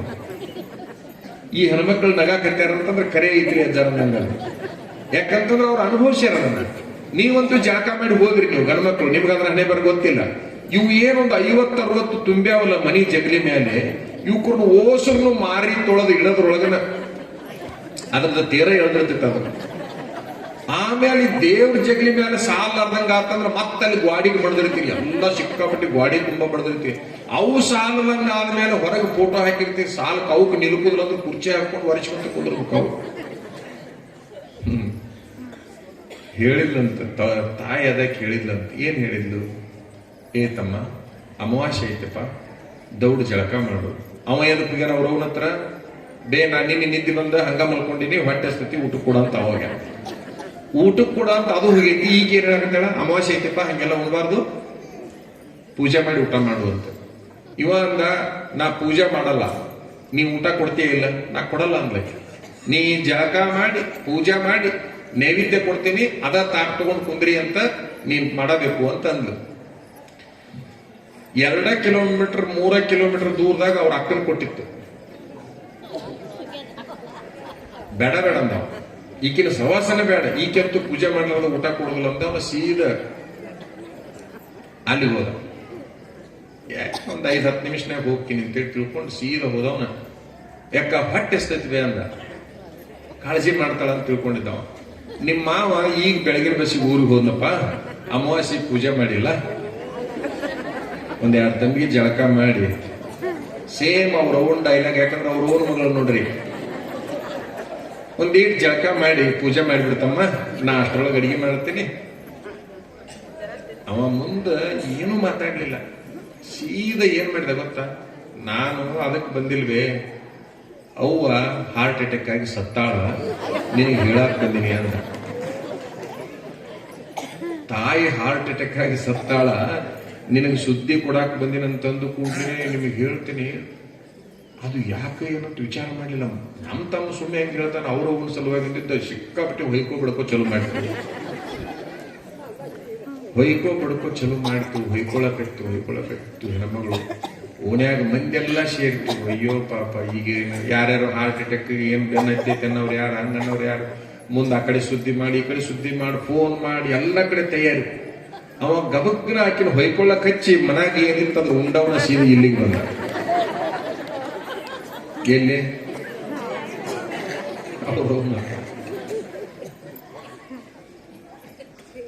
ಏ ನಾನ್ ಪೂಜೆ ಮಾಡೀನಿ, ಊಟ ಮಾಡ್ಬಾ. ಏನ್ ಊಟ ಮಾಡ್ತೀವಿ ಬೇಯವ್ವ, ನೀವು ಊಟ ಕೊಡ್ಲಾರ್ದಕ್ಕೆ ಅಕ್ಕನ ಮನೆಗೆ ಹೋಗಿದ್ದೆ, ಆಕೆ ಉರ್ಲು ಹಾಕೊಂಡಿದ್ಲು, ಹೆದರ್ಕೊಂಡು ಹೋಗಿ. ಇದು ಹೊಯ್ಕೊಳ್ಳಬೇಕು. ಇದಕ್ಕೆ ಹಾರ್ಟ್ ಅಟ್ಯಾಕ್ ಆಗಿಲ್ಲ, ಅದು ಊರ್ಲ್ ಹಾಕೊಂಡಿಲ್ಲ. ಇವನಿಗೆ ದೇವ್ರ ಪೂಜೆ ಮಾಡಿ ಅಂದಿದ್ದಕ್ಕೆ ಇಷ್ಟು ಗದ್ದ ಎಬ್ಬಿಸ್ಬಿಟ್ಟಾನೆ. ನನ್ನ ಮಗಳು ಊರ್ಲ್ ಹಾಕೊಂಡ್ಲ ಅಂತೇಳಿ ಆ ಸುಳ್ಳು ಗಂಡ ಅಂತಾವಿದ್ದ ಇಂತಾವಿದ್ದ, ಅತ್ತಿ ಬೇಯಿದ್ದ, ಗಂಡನ ಬೇಯಿದ್ದು, ಹೊಯ್ಕೊಳಕ್ ಚಲೋ ಮಾಡಿದ್ಲ ಆಕಿ. ಇವರು ಎಲ್ಲಾ ಕಡೆ ಸುದ್ದಿ ಕಳಿಸ್ಯಾರ, ಅವರು ಎಲ್ಲಾ ಕಡೆ ಸುದ್ದಿ ಕಳಿಸ್ಯಾರ. ಇವರು ಗಾಡಿ ಹೋಗ್ಯಾವು, ಅವರು ಗಾಡಿ ಹೋಗ್ಯಾವು, ಎರಡು ಎದರ ಬದರ ಕೂಡಿದ್ವು. ಇವ ಒಂದು ಗಿಡ ಹಚ್ಕೊಂಡು ಕುಂತಿದ್ದ. ನೀವ್ ಎದ್ಕೊಂಡ್ರಿ ನಿಮ್ಮ ಮಣ್ಣಿಗೆ, ನೀವ್ ಎದ್ಕೊಂಡ್ರಿ ನಿಮ್ಮ ಮಣ್ಣಿಗೆ ಹೊಂಟಿವಿ ನಾವು. ಯಾವ ಮಣ್ಣಿಲ್ಲ ಪನ್ನಿಲ್ಲ. ಇವ ಅಲ್ಲೇ ಇರೋದು ಹೇಳಿದ್ನಂತ, ಇನ್ನೊಂದು ಪೂಜೆ ಮಾಡಿ ಊಟ ಮಾಡತ್ತೀರಿ ನನ್ಗ, ಇನ್ನೊಂದು ಪೂಜೆ ಮಾಡಿ ಊಟ ಮಾಡತ್ತೀರಿ ಅಂದ್ರ ನಿಮ್ಗೆ ಹೇಳೋ ಉದ್ದೇಶ ಇಷ್ಟ. ನಿಮ್ ಗುರುಗಳು ಏನಂತಾರ, ಪರಂಪರೆ ಉಳಿಸ್ರಿ ಅಂತ. ಪರಂಪರೆ ಯಾವುದು? ಬೆಳಿಗ್ಗೆದ್ದು ಕೂಡ್ಲೇನೆ ಎಷ್ಟು ಅದ್ಭುತ ರೀ. ಶರಣರು ಮಾಡಿಟ್ಟಿದ್ದು, ನಮ್ಮ ಆಚಾರ್ಯರು ಮಾಡಿಟ್ಟಿದ್ದು ಎಂತೆಂತ ಅದ್ಭುತ. ನಿನ್ನ ದೇವರನ್ನ ಕೊರಳಾಗ ಕಟ್ಟಿಬಿಟ್ರಿ ಇವರು. ನಿನ್ನ ದೇವರನ್ನ ಕೊರಳಾಗ ಕಟ್ಟಿದ್ರಿ. ಎಲ್ಲಿ ಬೇಡ, ಅಲ್ಲಿ ಇಲಾಖೆ ಹೋಗ್ಬೇಡ. ಟೈಮ್ ಇಲ್ಲ, ಒಂದು ನಿಮಿಷ ಒಂದು ಗುಟುಕು ನೀರು ಏರದು ಇದ್ರು ಒಂದು ಹೂಪತ್ರಿ ಏರಿಸಿ ಕಣ್ಣಿಗೆ ಹಚ್ಚಿಕೊಂಡು ಮುಗಿಸಿಬಿಡು. ಟೈಮ್ ಐತೆ, ಬಾಳತ್ತು ನೋಡ್ಕೊತ ಕುಂದ್ರು, ಬಾಳತ್ತ ಪೂಜೆ ಮಾಡ್ಕೊತ ಕುಂದ್ರು. ಎಲ್ಲದಕ್ಕೂ ಅವಕಾಶ ಮಾಡಿಟ್ರು. ಅಕ್ಕಲಕೋಟೆ ಒಳಗೊಬ್ಬರು ತಾನ್ವಾಡಿ ಅಂತ ಒಬ್ರು ಸರ್ ಇದ್ರು, ಹೈಸ್ಕೂಲ್ ಶಿಕ್ಷಕರು. ಚೆನ್ನಾಗಿ ಗಮನದಾಗ ಇಟ್ಕೊಳ್ರಿ. ಅವ್ರ ಮನೆಯೊಳಗೆ ಸಿಕ್ಕಾಪಟ್ಟಿ ದೇವರಿದ್ದು ಜಗಲಿ ಮೇಲೆ. ಟೀಚರ್ ಅವರು ಕೂಡ ಹೈಸ್ಕೂಲ್ ಟೀಚರ್ ಹೇಳ್ತಿ 3 ತಾಸು ಪೂಜೆ ಮಾಡ್ತಿದ್ಲ ಹೆಣ್ಮಗಳು. ಮಾಸ್ತರ್ ದಿನ ಕರಿತಿದ್ಲ ಆಕಿ, ಬರ್ರಿ ಪೂಜೆ ಮಾಡೋಣಂತೆ. ಇಲ್ಲ ಇಲ್ಲ, ನನಗೂ ಅದಕ್ಕೂ ಸಂಬಂಧ ಇಲ್ಲ, ನಿಂದೇನೈತಿ ನೀ ಮಾಡು ಅಂತೇಳಿ ಅಂತಿದ್ದ. ಮಂಗಳಾರತಿ ಟೈಮಿಗೆ ಕರೆಕ್ಟ್ ಹೋಗಿದ್ದ ಮಾಸ್ತರ್. ಅಂದ್ರ ಕರ್ಪೂರ ಬೆಳಗು ಮುಂದೆ ಹೋಗಿ ತಾನಾಟ ಬೆಳಗಿ ಏನ್ ಹೆಂಡತಿ ಸಮಾಧಾನಕ್ಕೆ ಹೋಗಿದ್ನೋ, ಏನ್ ತನ್ನ ಸಮಾಧಾನಕ್ಕೆ ಹೋಗಿದ್ನೋ, ಆ ದೇವ್ರ ಸಮಾಧಾನಕ್ಕೆ ಹೋಗಿದ್ನೋ, ಒಟ್ಟು ಹೋಗಿದ್ದ. ಹಿಂಗ ಎಷ್ಟೋ ವರ್ಷ ಆ ಹಿತ್ತಾಳಿ, ತಾಮ್ರ, ಬೆಳ್ಳಿ ಏನು ಮೂರ್ತಿಗಳದವ್ರು ತಕ್ಕಿ ತಿಕ್ಕಿ ತೊಳೆದು ತೊಳೆದು ತೊಳೆದು ಇಟ್ಟು 3 ತಾಸು ಆ ಕೆಲಸ ಮಾಡ್ತಿದ್ಲಲ್ಲ ಹೆಣ್ಮಗಳು ಟೀಚರ್. ಒಂದು ದಿವ್ಸ ಮಸ್ತರ್ ಹೇಳ್ತಾನ, ಪ್ರತಿ ದಿವ್ಸ ನಿನ್ನ ದೇವರನ್ನ ತಿಕ್ಕತಿಯಲ್ಲ, ಪ್ರತಿ ದಿವ್ಸ ನಿನ್ನ ದೇವರನ್ನ ತಿಕ್ತಿಯಲ್ಲ, ಮರುದಿವ್ಸ ಮತ್ತು ಕರ್ಗಾಗಿರ್ತಾವ. ಮರುದಿವ್ಸ ಮತ್ತು ಕರ್ಗಾಗಿರ್ತಾವ, ಮತ್ತು ನೀ ತಿಕ್ಕುದ ಅವು ಕರ್ಗ ಆಗುದ. ಇಲ್ಲಿ ಏನು 3 ತಾಸು ಹಾಳು ಮಾಡ್ತಿಯಲ್ಲ, ಇದ್ರ ಬದ್ಲಿ ಶಾಲೆಯಾಗಿನ ಹುಡುಗರನ್ನ ದಿನ 3 ತಾಸು ತಿಕ್ಕಿ ಬಿಟ್ಟಿ ಅಂತಂದ್ರೆ ಅವು ಕರೆ ಮಾತಾಡೋ ದೇವ್ರಾಗ್ತಾವ ಅನ್ನುವಂತ ಮಾತನ್ನ ಮಾಸ್ತರ ಹೇಳ್ತಾರೆ. ಅಂದ್ರೆ ನಾ ದೇವರ ಪೂಜೆ ಮಾಡಬೇಡ್ರಿ ಅಂತ ನಾನು ಹೇಳೋದಿಲ್ಲ. ನಿಮ್ಗೆ ಯಾವ್ದಾದ್ರೂ ಮನೆ ದೇವರು ಇತ್ತು ಅಂತಂದ್ರೆ ಒಂದು ದೇವರ ಪೂಜೆಯನ್ನ ಮಾಡ್ರಿ. ನಿಮ್ದು ಯಾವ್ದು ಮನೆ ದೇವರು ಒಂದೈತಿ, ಅದು ಒಂದನ್ನ ಬಿಟ್ಟು ಯಾವುದನ್ನೂ ಕೂಡ ಅಲ್ಲಿಟ್ಟು ಗೋಜಲು ಮಾಡ್ಕೊಳ್ಳಕ್ ಹೋಗ್ಬೇಡ್ರಿ. ಅದು ಒಂದನ್ನ ಪರಂಪರೆ ಮಾಡ್ಕೊಂಡು ಬಂದಾರ, ಅದನ್ನೊಂದು ಇಟ್ಕೋರಿ. ಹೆಚ್ಚು ಕೊರಳಾಗಿನ ಲಿಂಗವನ್ನ ನೀವೆಲ್ಲರೂ ಪೂಜೆ ಮಾಡ್ರಿ. ಪ್ರತಿಯೊಬ್ಬರು ಲಿಂಗಧಾರಿಗಳಾಗ್ರಿ. ಲಿಂಗಕ್ಕೆ ಜಾತಿ ಇಲ್ಲಿ ನೋಡ್ರಿ. ಇವ್ರು ಎಷ್ಟು ಚಲೋ ಕೆಲಸ ಮಾಡಿದ್ರಂದ್ರ ಎಲ್ಲ ಜಾತಿಯವರು ಆ ಲಿಂಗವನ್ನ ಕಟ್ಕೋಬಹುದು ಅನ್ನುವಂಗ ಮಾಡಿಟ್ಟಾರ. ಇದು ನಮ್ಮ ಸಂಸ್ಕೃತಿ ಅಂತಕ್ಕಂಥದ್ದನ್ನ ನೀವು ಅರ್ಥ ಮಾಡ್ಕೋಬೇಕು. ನಾವು ಒಂದು ಸಬ್ಜೆಕ್ಟಿನ ಮೇಲೆ ಮಾತಾಡಕ್ ಹತ್ತಿದ್ರೆ ಆ ಸಬ್ಜೆಕ್ಟ್ ಬಿಟ್ಟು ಎಲ್ಲಿ ಹೋಗೋದಿಲ್ಲ. ಅನಿವಾರ್ಯವಾಗಿ ಒಂದಿಷ್ಟು ಎಲ್ಲದನ್ನು ಕೂಡ ಬಸವಪಾಕ ಅಂತೇಳಿ ಗಣಮಠ ಶಿವಗಳು ಮಾಡಿದ್ರು. ಅಂದ್ರೆ ಬಸವಪಾಕ ಅಂದ್ರೆ ಎಲ್ಲದೂ ಸೇರಿಸಿದ್ದಕ್ಕೆ ಬಸವಪಾಕ ಅಂತ ಹೇಳಿ ಅದನ್ನು ಮಾಡಬೇಕಾಯ್ತು ಅಂತಕ್ಕಂಥದ್ದು. ಒಟ್ಟಾರೆ ಈ ಕಾರ್ಯಕ್ರಮಕ್ಕೆ ಬಂದಿದ್ದಕ್ಕೆ ನಮಗೆ ಬಹಳ ವರ್ಷದ ಆಸೆ ಈಡೇರಿತಲ್ಲ ಅಂತಕ್ಕಂಥ ಸಂಕಲ್ಪ ನಮಗೆ ಬಹಳ ಖುಷಿ ಕೊಟ್ಟೈತಿ ಅಂತಕ್ಕಂಥದ್ದು. ವಿಚಾರ ಮಾಡ್ರಿ ಪುಣ್ಯಾತ್ಮರ, ಮರುಳಾರಾಧ್ಯರು ಅಂತಕ್ಕಂಥವ್ರು ಎಷ್ಟು ಎತ್ತರಕ್ಕೆ ಹೋದ್ರು. ಶಿಷ್ಯ ಬಹಳ ಯೋಗ್ಯನಾಗಿರೋದ್ರಿಂದ ಎಷ್ಟು ಎತ್ತರಕ್ಕೆ ಹೋದ್ರು ಅಂತಕ್ಕಂಥದ್ದು. ಅಷ್ಟು ಶಿಷ್ಯನನ್ನ ಎತ್ತರಕ್ಕೆ ಬೆಳೆಸಬೇಕಾದ್ರ ಇವ್ರು ಎಷ್ಟು ಎತ್ತರಕ್ಕೆ ಬೆಳೆದಿರಬೇಕು ಅಂತಕ್ಕಂಥದ್ದನ್ನು ಕೂಡ ನಾವು ಅರ್ಥ ಮಾಡಿಕೊಂಡು, ಈಗಿರುವ ಸ್ವಾಮೀಜಿಯವರು ನಮ್ಮನ್ನ ಎಷ್ಟು ಹಳೆ ಕಾಲದಾಗಿಂದ ಪ್ರೀತಿ ಮಾಡ್ಯಾರಲ್ಲ ಅಂತ ನಮ್ಗೆ ಇಲ್ಲಿ ಬಂದ ಮೇಲೆ ಗೊತ್ತಾಯ್ತು.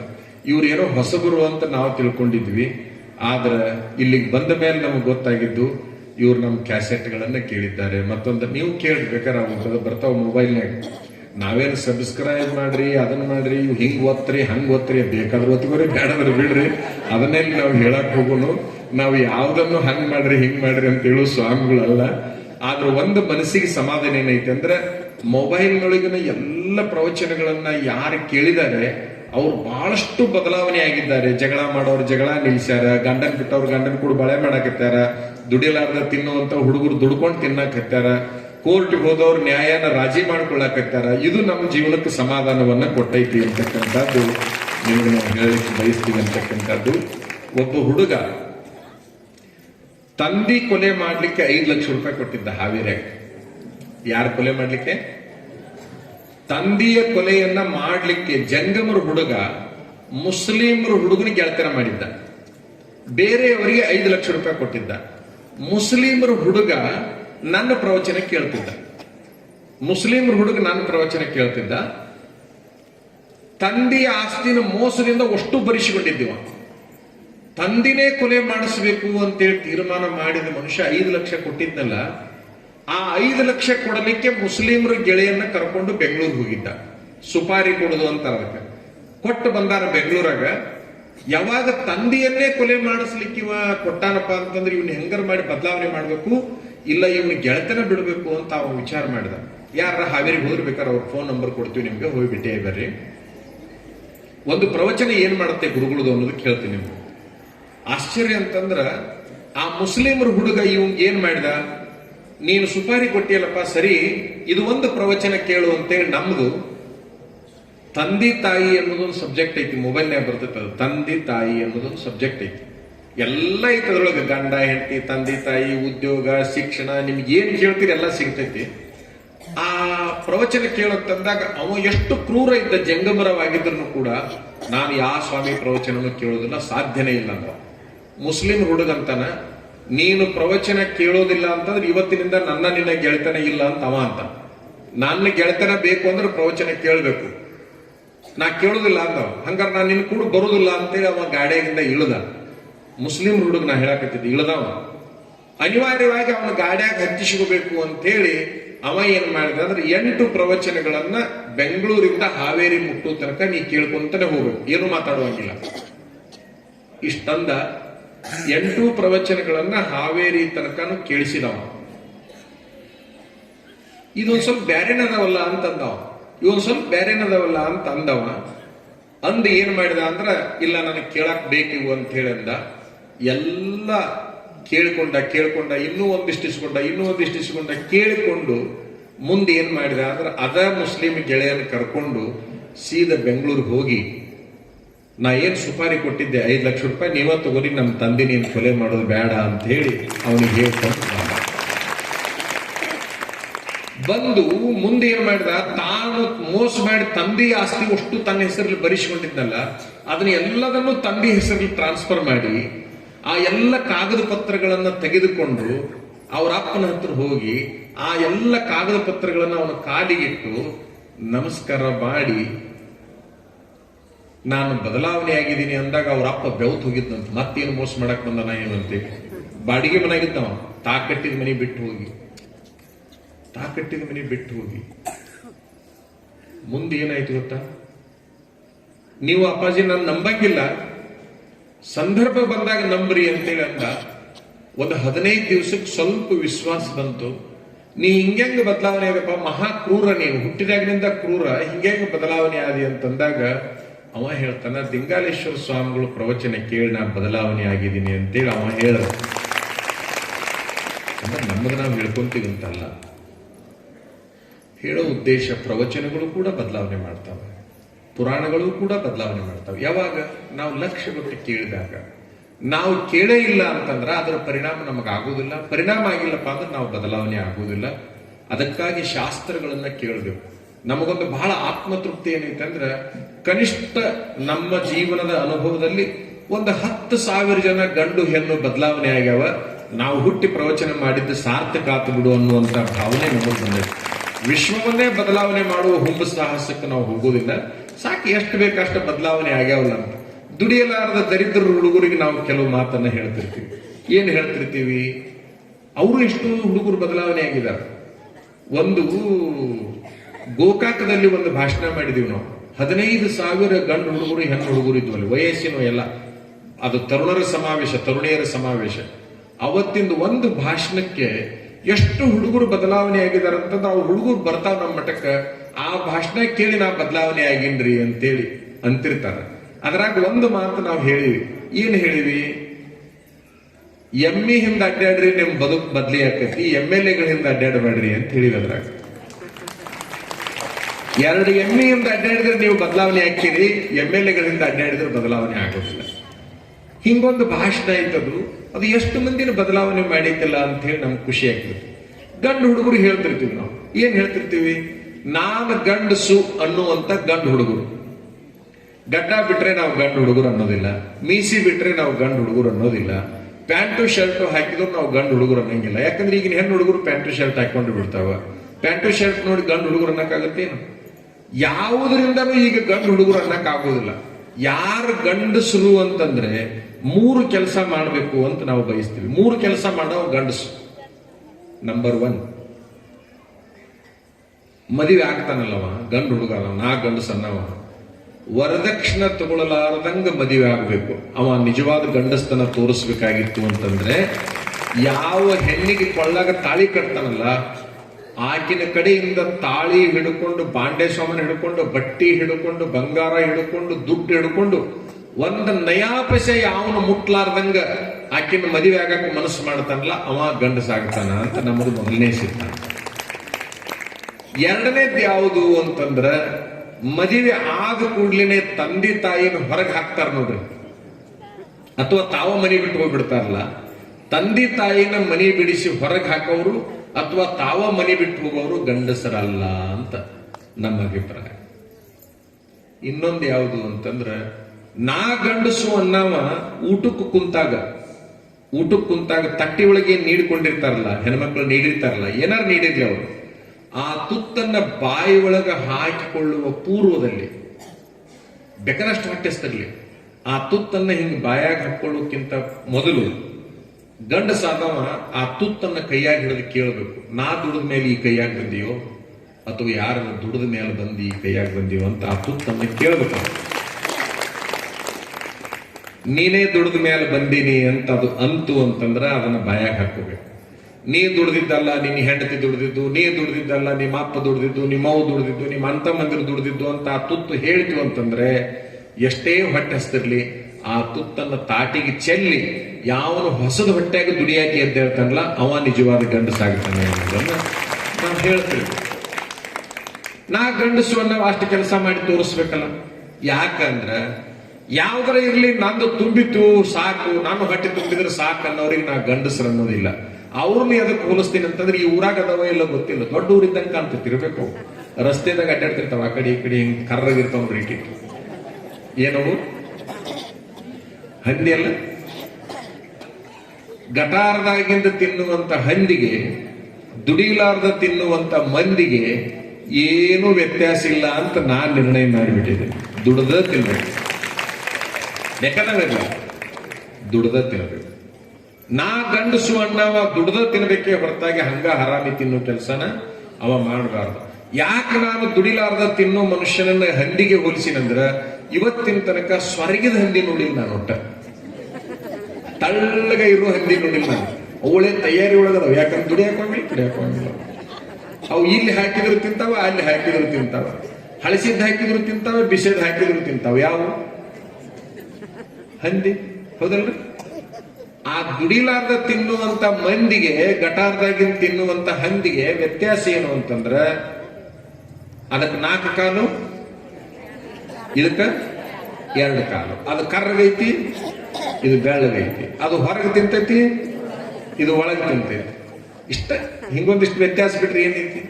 ಏನೂ ವ್ಯತ್ಯಾಸ ಇಲ್ಲ. ಅದಕ್ಕೆ ದುಡಿದು ತಿನ್ನಬೇಕು.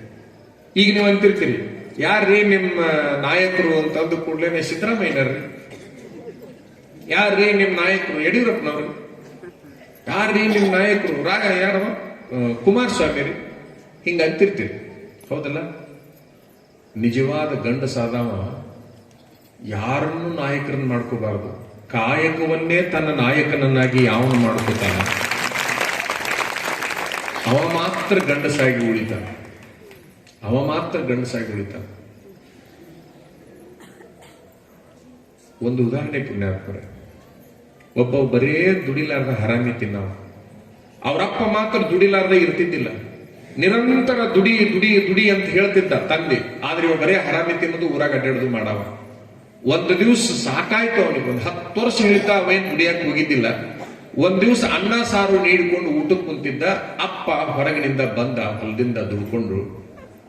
ಮಗ ಉಣ್ಣಾಕ್ ಹತ್ತಿದ್ ನೋಡಿ ಹೊರಗೆ ಬಿಟ್ಟು ಬರ್ಬೇಕಿಲ್ಲ, ಅವ್ನು ಕಾಲಾಗ ಹಾಕೊಂಡಿದ್ದು. ಅವ ಹಾಕೊಂಡು ಒಳಗ ಬಂದ, ಊಟಕ್ಕೆ ಕುಂತಲ್ಲೇ ಬಂದ.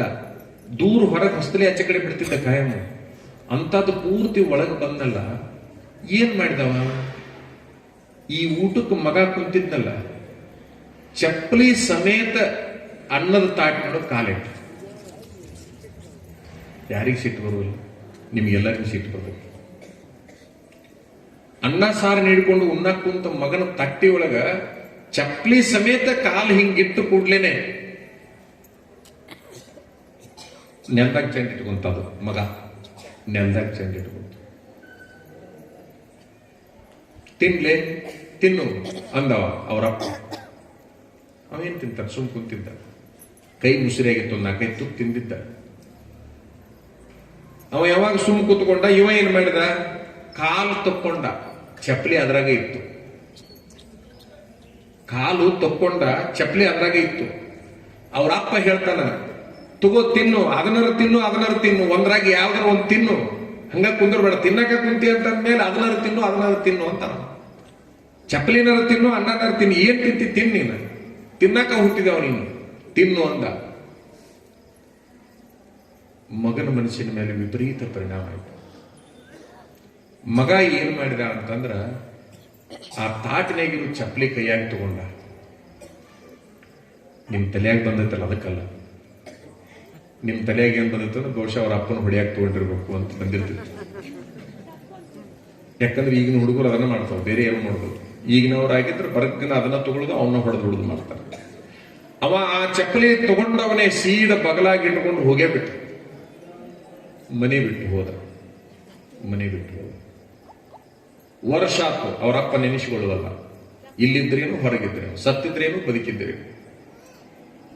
ಅಂದ್ರೆ ತಂದೆ ಆದವ್ ಹೆಂಗಿರ್ಬೇಕು ಅನ್ನೋದನ್ನ ಹೇಳ್ತೀನಿ ನಿಮ್ಗೆ. ಎಷ್ಟು ಕಠೋರ ನಿರ್ಣಯಗಳನ್ನ ತೆಗೆದುಕೊಳ್ಬೇಕು. ಮಗ ದರಿದ್ರ ಆದಾಗ ಅವನು ಬದಲಾವಣೆ ಮಾಡ್ಬೇಕಂದ್ರ ನೋಡ್ರಿ, ಆಶ್ಚರ್ಯ ಅಂತಂದ್ರೆ ಹೋದ 10 ವರ್ಷಕ್ಕೆ ತಂದೆಗೆ ಸುದ್ದಿ ಕೊಟ್ಟ, ಇಂತಲ್ಲಿದ್ದೀನಿ ನಾನು.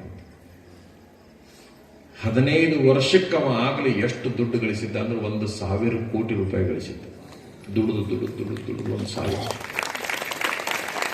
1,000 ಕೋಟಿ ರೂಪಾಯಿ ಗಳಿಸಿರುವಂತ ಮನುಷ್ಯ 50 ಕೋಟಿ ರೂಪಾಯಿ ಖರ್ಚು ಮಾಡಿ ಮನಿ ಕಟ್ಟಿದೆ. 50 ಕೋಟಿ ರೂಪಾಯಿ ಖರ್ಚು ಮಾಡಿ ಒಂದು ದೇವರ ಮನಿ ಮಾಡಿದ. ಅದರೊಳಗೊಂದು ದೇವರ ಮನಿ, ಆ ದೇವರ ಮನಿ ಮೇಲೆ ಒಂದು ಜಗಲಿ ಮಾಡಿದ. ಆ ಜಗಲಿ ಮೇಲೆ ಯಾವ ದೇವರನ್ನೂ ಇಡ್ಲಿಲ್ಲ.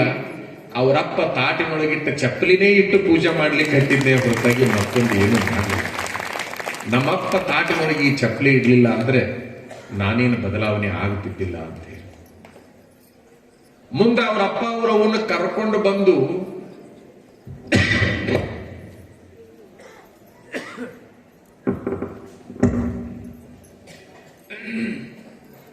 ಅವರಪ್ಪ ಅವರವನ್ನ ಕರ್ಕೊಂಡ್ ಬಂದವ ಏನ್ ಮಾಡಿದ ಅಂದ್ರೆ ಪಲ್ಲಂಗ ಮಾಡಿಸಿದ. ಏನಂತೀರಿ ನೀವು, ಕಾಟ್ ಅಂತೀರ ಪಲ್ಲಂಗ ಅಂತೀರ? ಬೇಡ, ನೀರು ಕುಡಿಯೋಬೇಡ.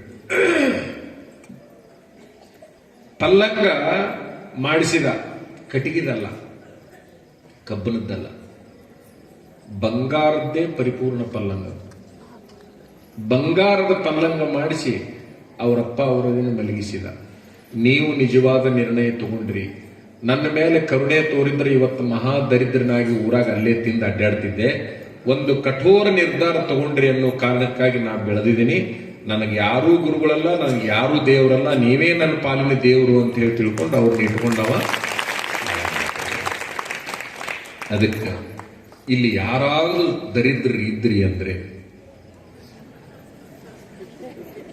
ನಾಳೆಗೆ ಬದಲಾವಣೆ ಆಗಿದೆ. ರಾತ್ರಿ ಏನು ದುಡಿಯಕ್ಕೆ ಹೋಗುತ್ತೆ ಇರ್ಲಿ, ಇವತ್ತೊಂದು ದಿವಸ ಎಕ್ಸಂಪ್ಷನ್, ಇವತ್ತೊಂದು ದಿವಸ ಮಲ್ಕೊಂಡ್ಬಿಡ್ರಿ ಊಟ ಮಾಡಿ. ಆದ್ರೆ ನಾಳೆ ಬೆಳಗ್ಗೆ ಮಾತ್ರ ಯಾವುದು ಉದ್ಯೋಗ ಸಿಗಲಿಲ್ಲ ಅಂತ ಹೇಳಿ ಉದ್ಯೋಗ ಹುಡುಕಕ್ಕೆ ಹೋಗ್ಬೇಡ್ರಿ. 100 ರೂಪಾಯಿ ಕೊಡುವಲ್ರ ಕೂಲಿ, ಯಾರು 100 ರೂಪಾಯಿ ಕೊಡಲ್ಲ. ಕನಿಷ್ಠ 300 ರೂಪಾಯಿ ಪಗಾರ ಎಲ್ಲಾ ಊರಾಗ ಐತಿ. ತಿಂಗಳಿಗೆ 9,000 ಆಗುತ್ತೆ. ಒಟ್ಟಾರೆ ನಾನು ಗಂಡಸು ಅನ್ನವ ದುಡ್ದ ತಿನ್ಬೇಕೇ ಹೊರತಾಗಿ ಅವ ಹರಾಮಿ ಎಂದೂ ತಿನ್ನಬಾರ್ದು ಅನ್ನುವಂತಹ ಒಂದು ಸಿದ್ಧಾಂತ ನಮ್ಮದು ಅನ್ನೋದನ್ನ ನಿಮಗೆಲ್ಲರಿಗೂ ಹೇಳಿ, ಸಾಧ್ಯವಾದ ಮಟ್ಟಿಗೆ ಒಂದಿಷ್ಟು ಚಟಗಳನ್ನ ಮಾಡೋದನ್ನ ಕಡಿಮೆ ಮಾಡ್ರಿ. ಗಂಡಸರು, ಹೆಣ್ಮಕ್ಳು ಶಹರದಲ್ಲಿದ್ದವ್ರು ಮಾತ್ರ ಚಟ ಮಾಡಕತ್ತಾರೆ.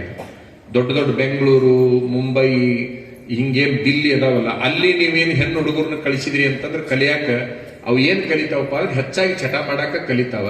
ಅದರ ಸಲುವಾಗಿ ನಿಮ್ಮ ಮಕ್ಕಳನ್ನ ಬಹಳ ದೂರಿಗೆ ಕಲಿಯಾಕ ಕಳಿಸ್ಬೇಡ್ರಿ. ಬಹಳ ದೂರ ಕಲಿಯಾಕ ಕಳಿಸ್ಬೇಡ್ರಿ. ಇಲ್ಲೇ ಎಲ್ಲೆಲ್ಲರ ಒಂದಿಷ್ಟು ಉದ್ಯೋಗ ಕಲಿಸೋದು, ಅದನ್ನ ಇದನ್ನ ಮಾಡ್ರಿ. ಬಾಳ ಹತ್ರ ಅಂತೇಳಿ ನಾವು ನಿಮ್ ಹತ್ರ ಬರ್ಲಾರ್ದಂಗ ಆಗಿ ಹೋಗ್ತಾವ. ಅದರ ಸಲುವಾಗಿ ಅಷ್ಟೇನ್ ಬೇಡ. ಒಂದಿಷ್ಟು ಗಂಡು ಹುಡುಗರು ಚಟಗಳನ್ನ ಕಡಿಮೆ ಮಾಡಿಕೊಂಡು ಹೆಣ್ಮಕ್ಳು ಒಂದ್ ಸ್ವಲ್ಪ ಮನಿ ಕಡೆ ಗಮನ ಕೊಟ್ಕೊಂಡು ಹೋದ್ರಿ ಅಂತಂದ್ರೆ ನಿಮ್ ಜೀವನ ಪಾವನಾಕತಿ, ಅದೇ ಆನಂದವಾದ ಬದುಕಾಕತಿ ಅಂತಕ್ಕಂಥದ್ದನ್ನ ನಿಮ್ಗೆಲ್ಲರಿಗೆ ಹೇಳಲಿಕ್ಕೆ ಬಯಸ್ತಾ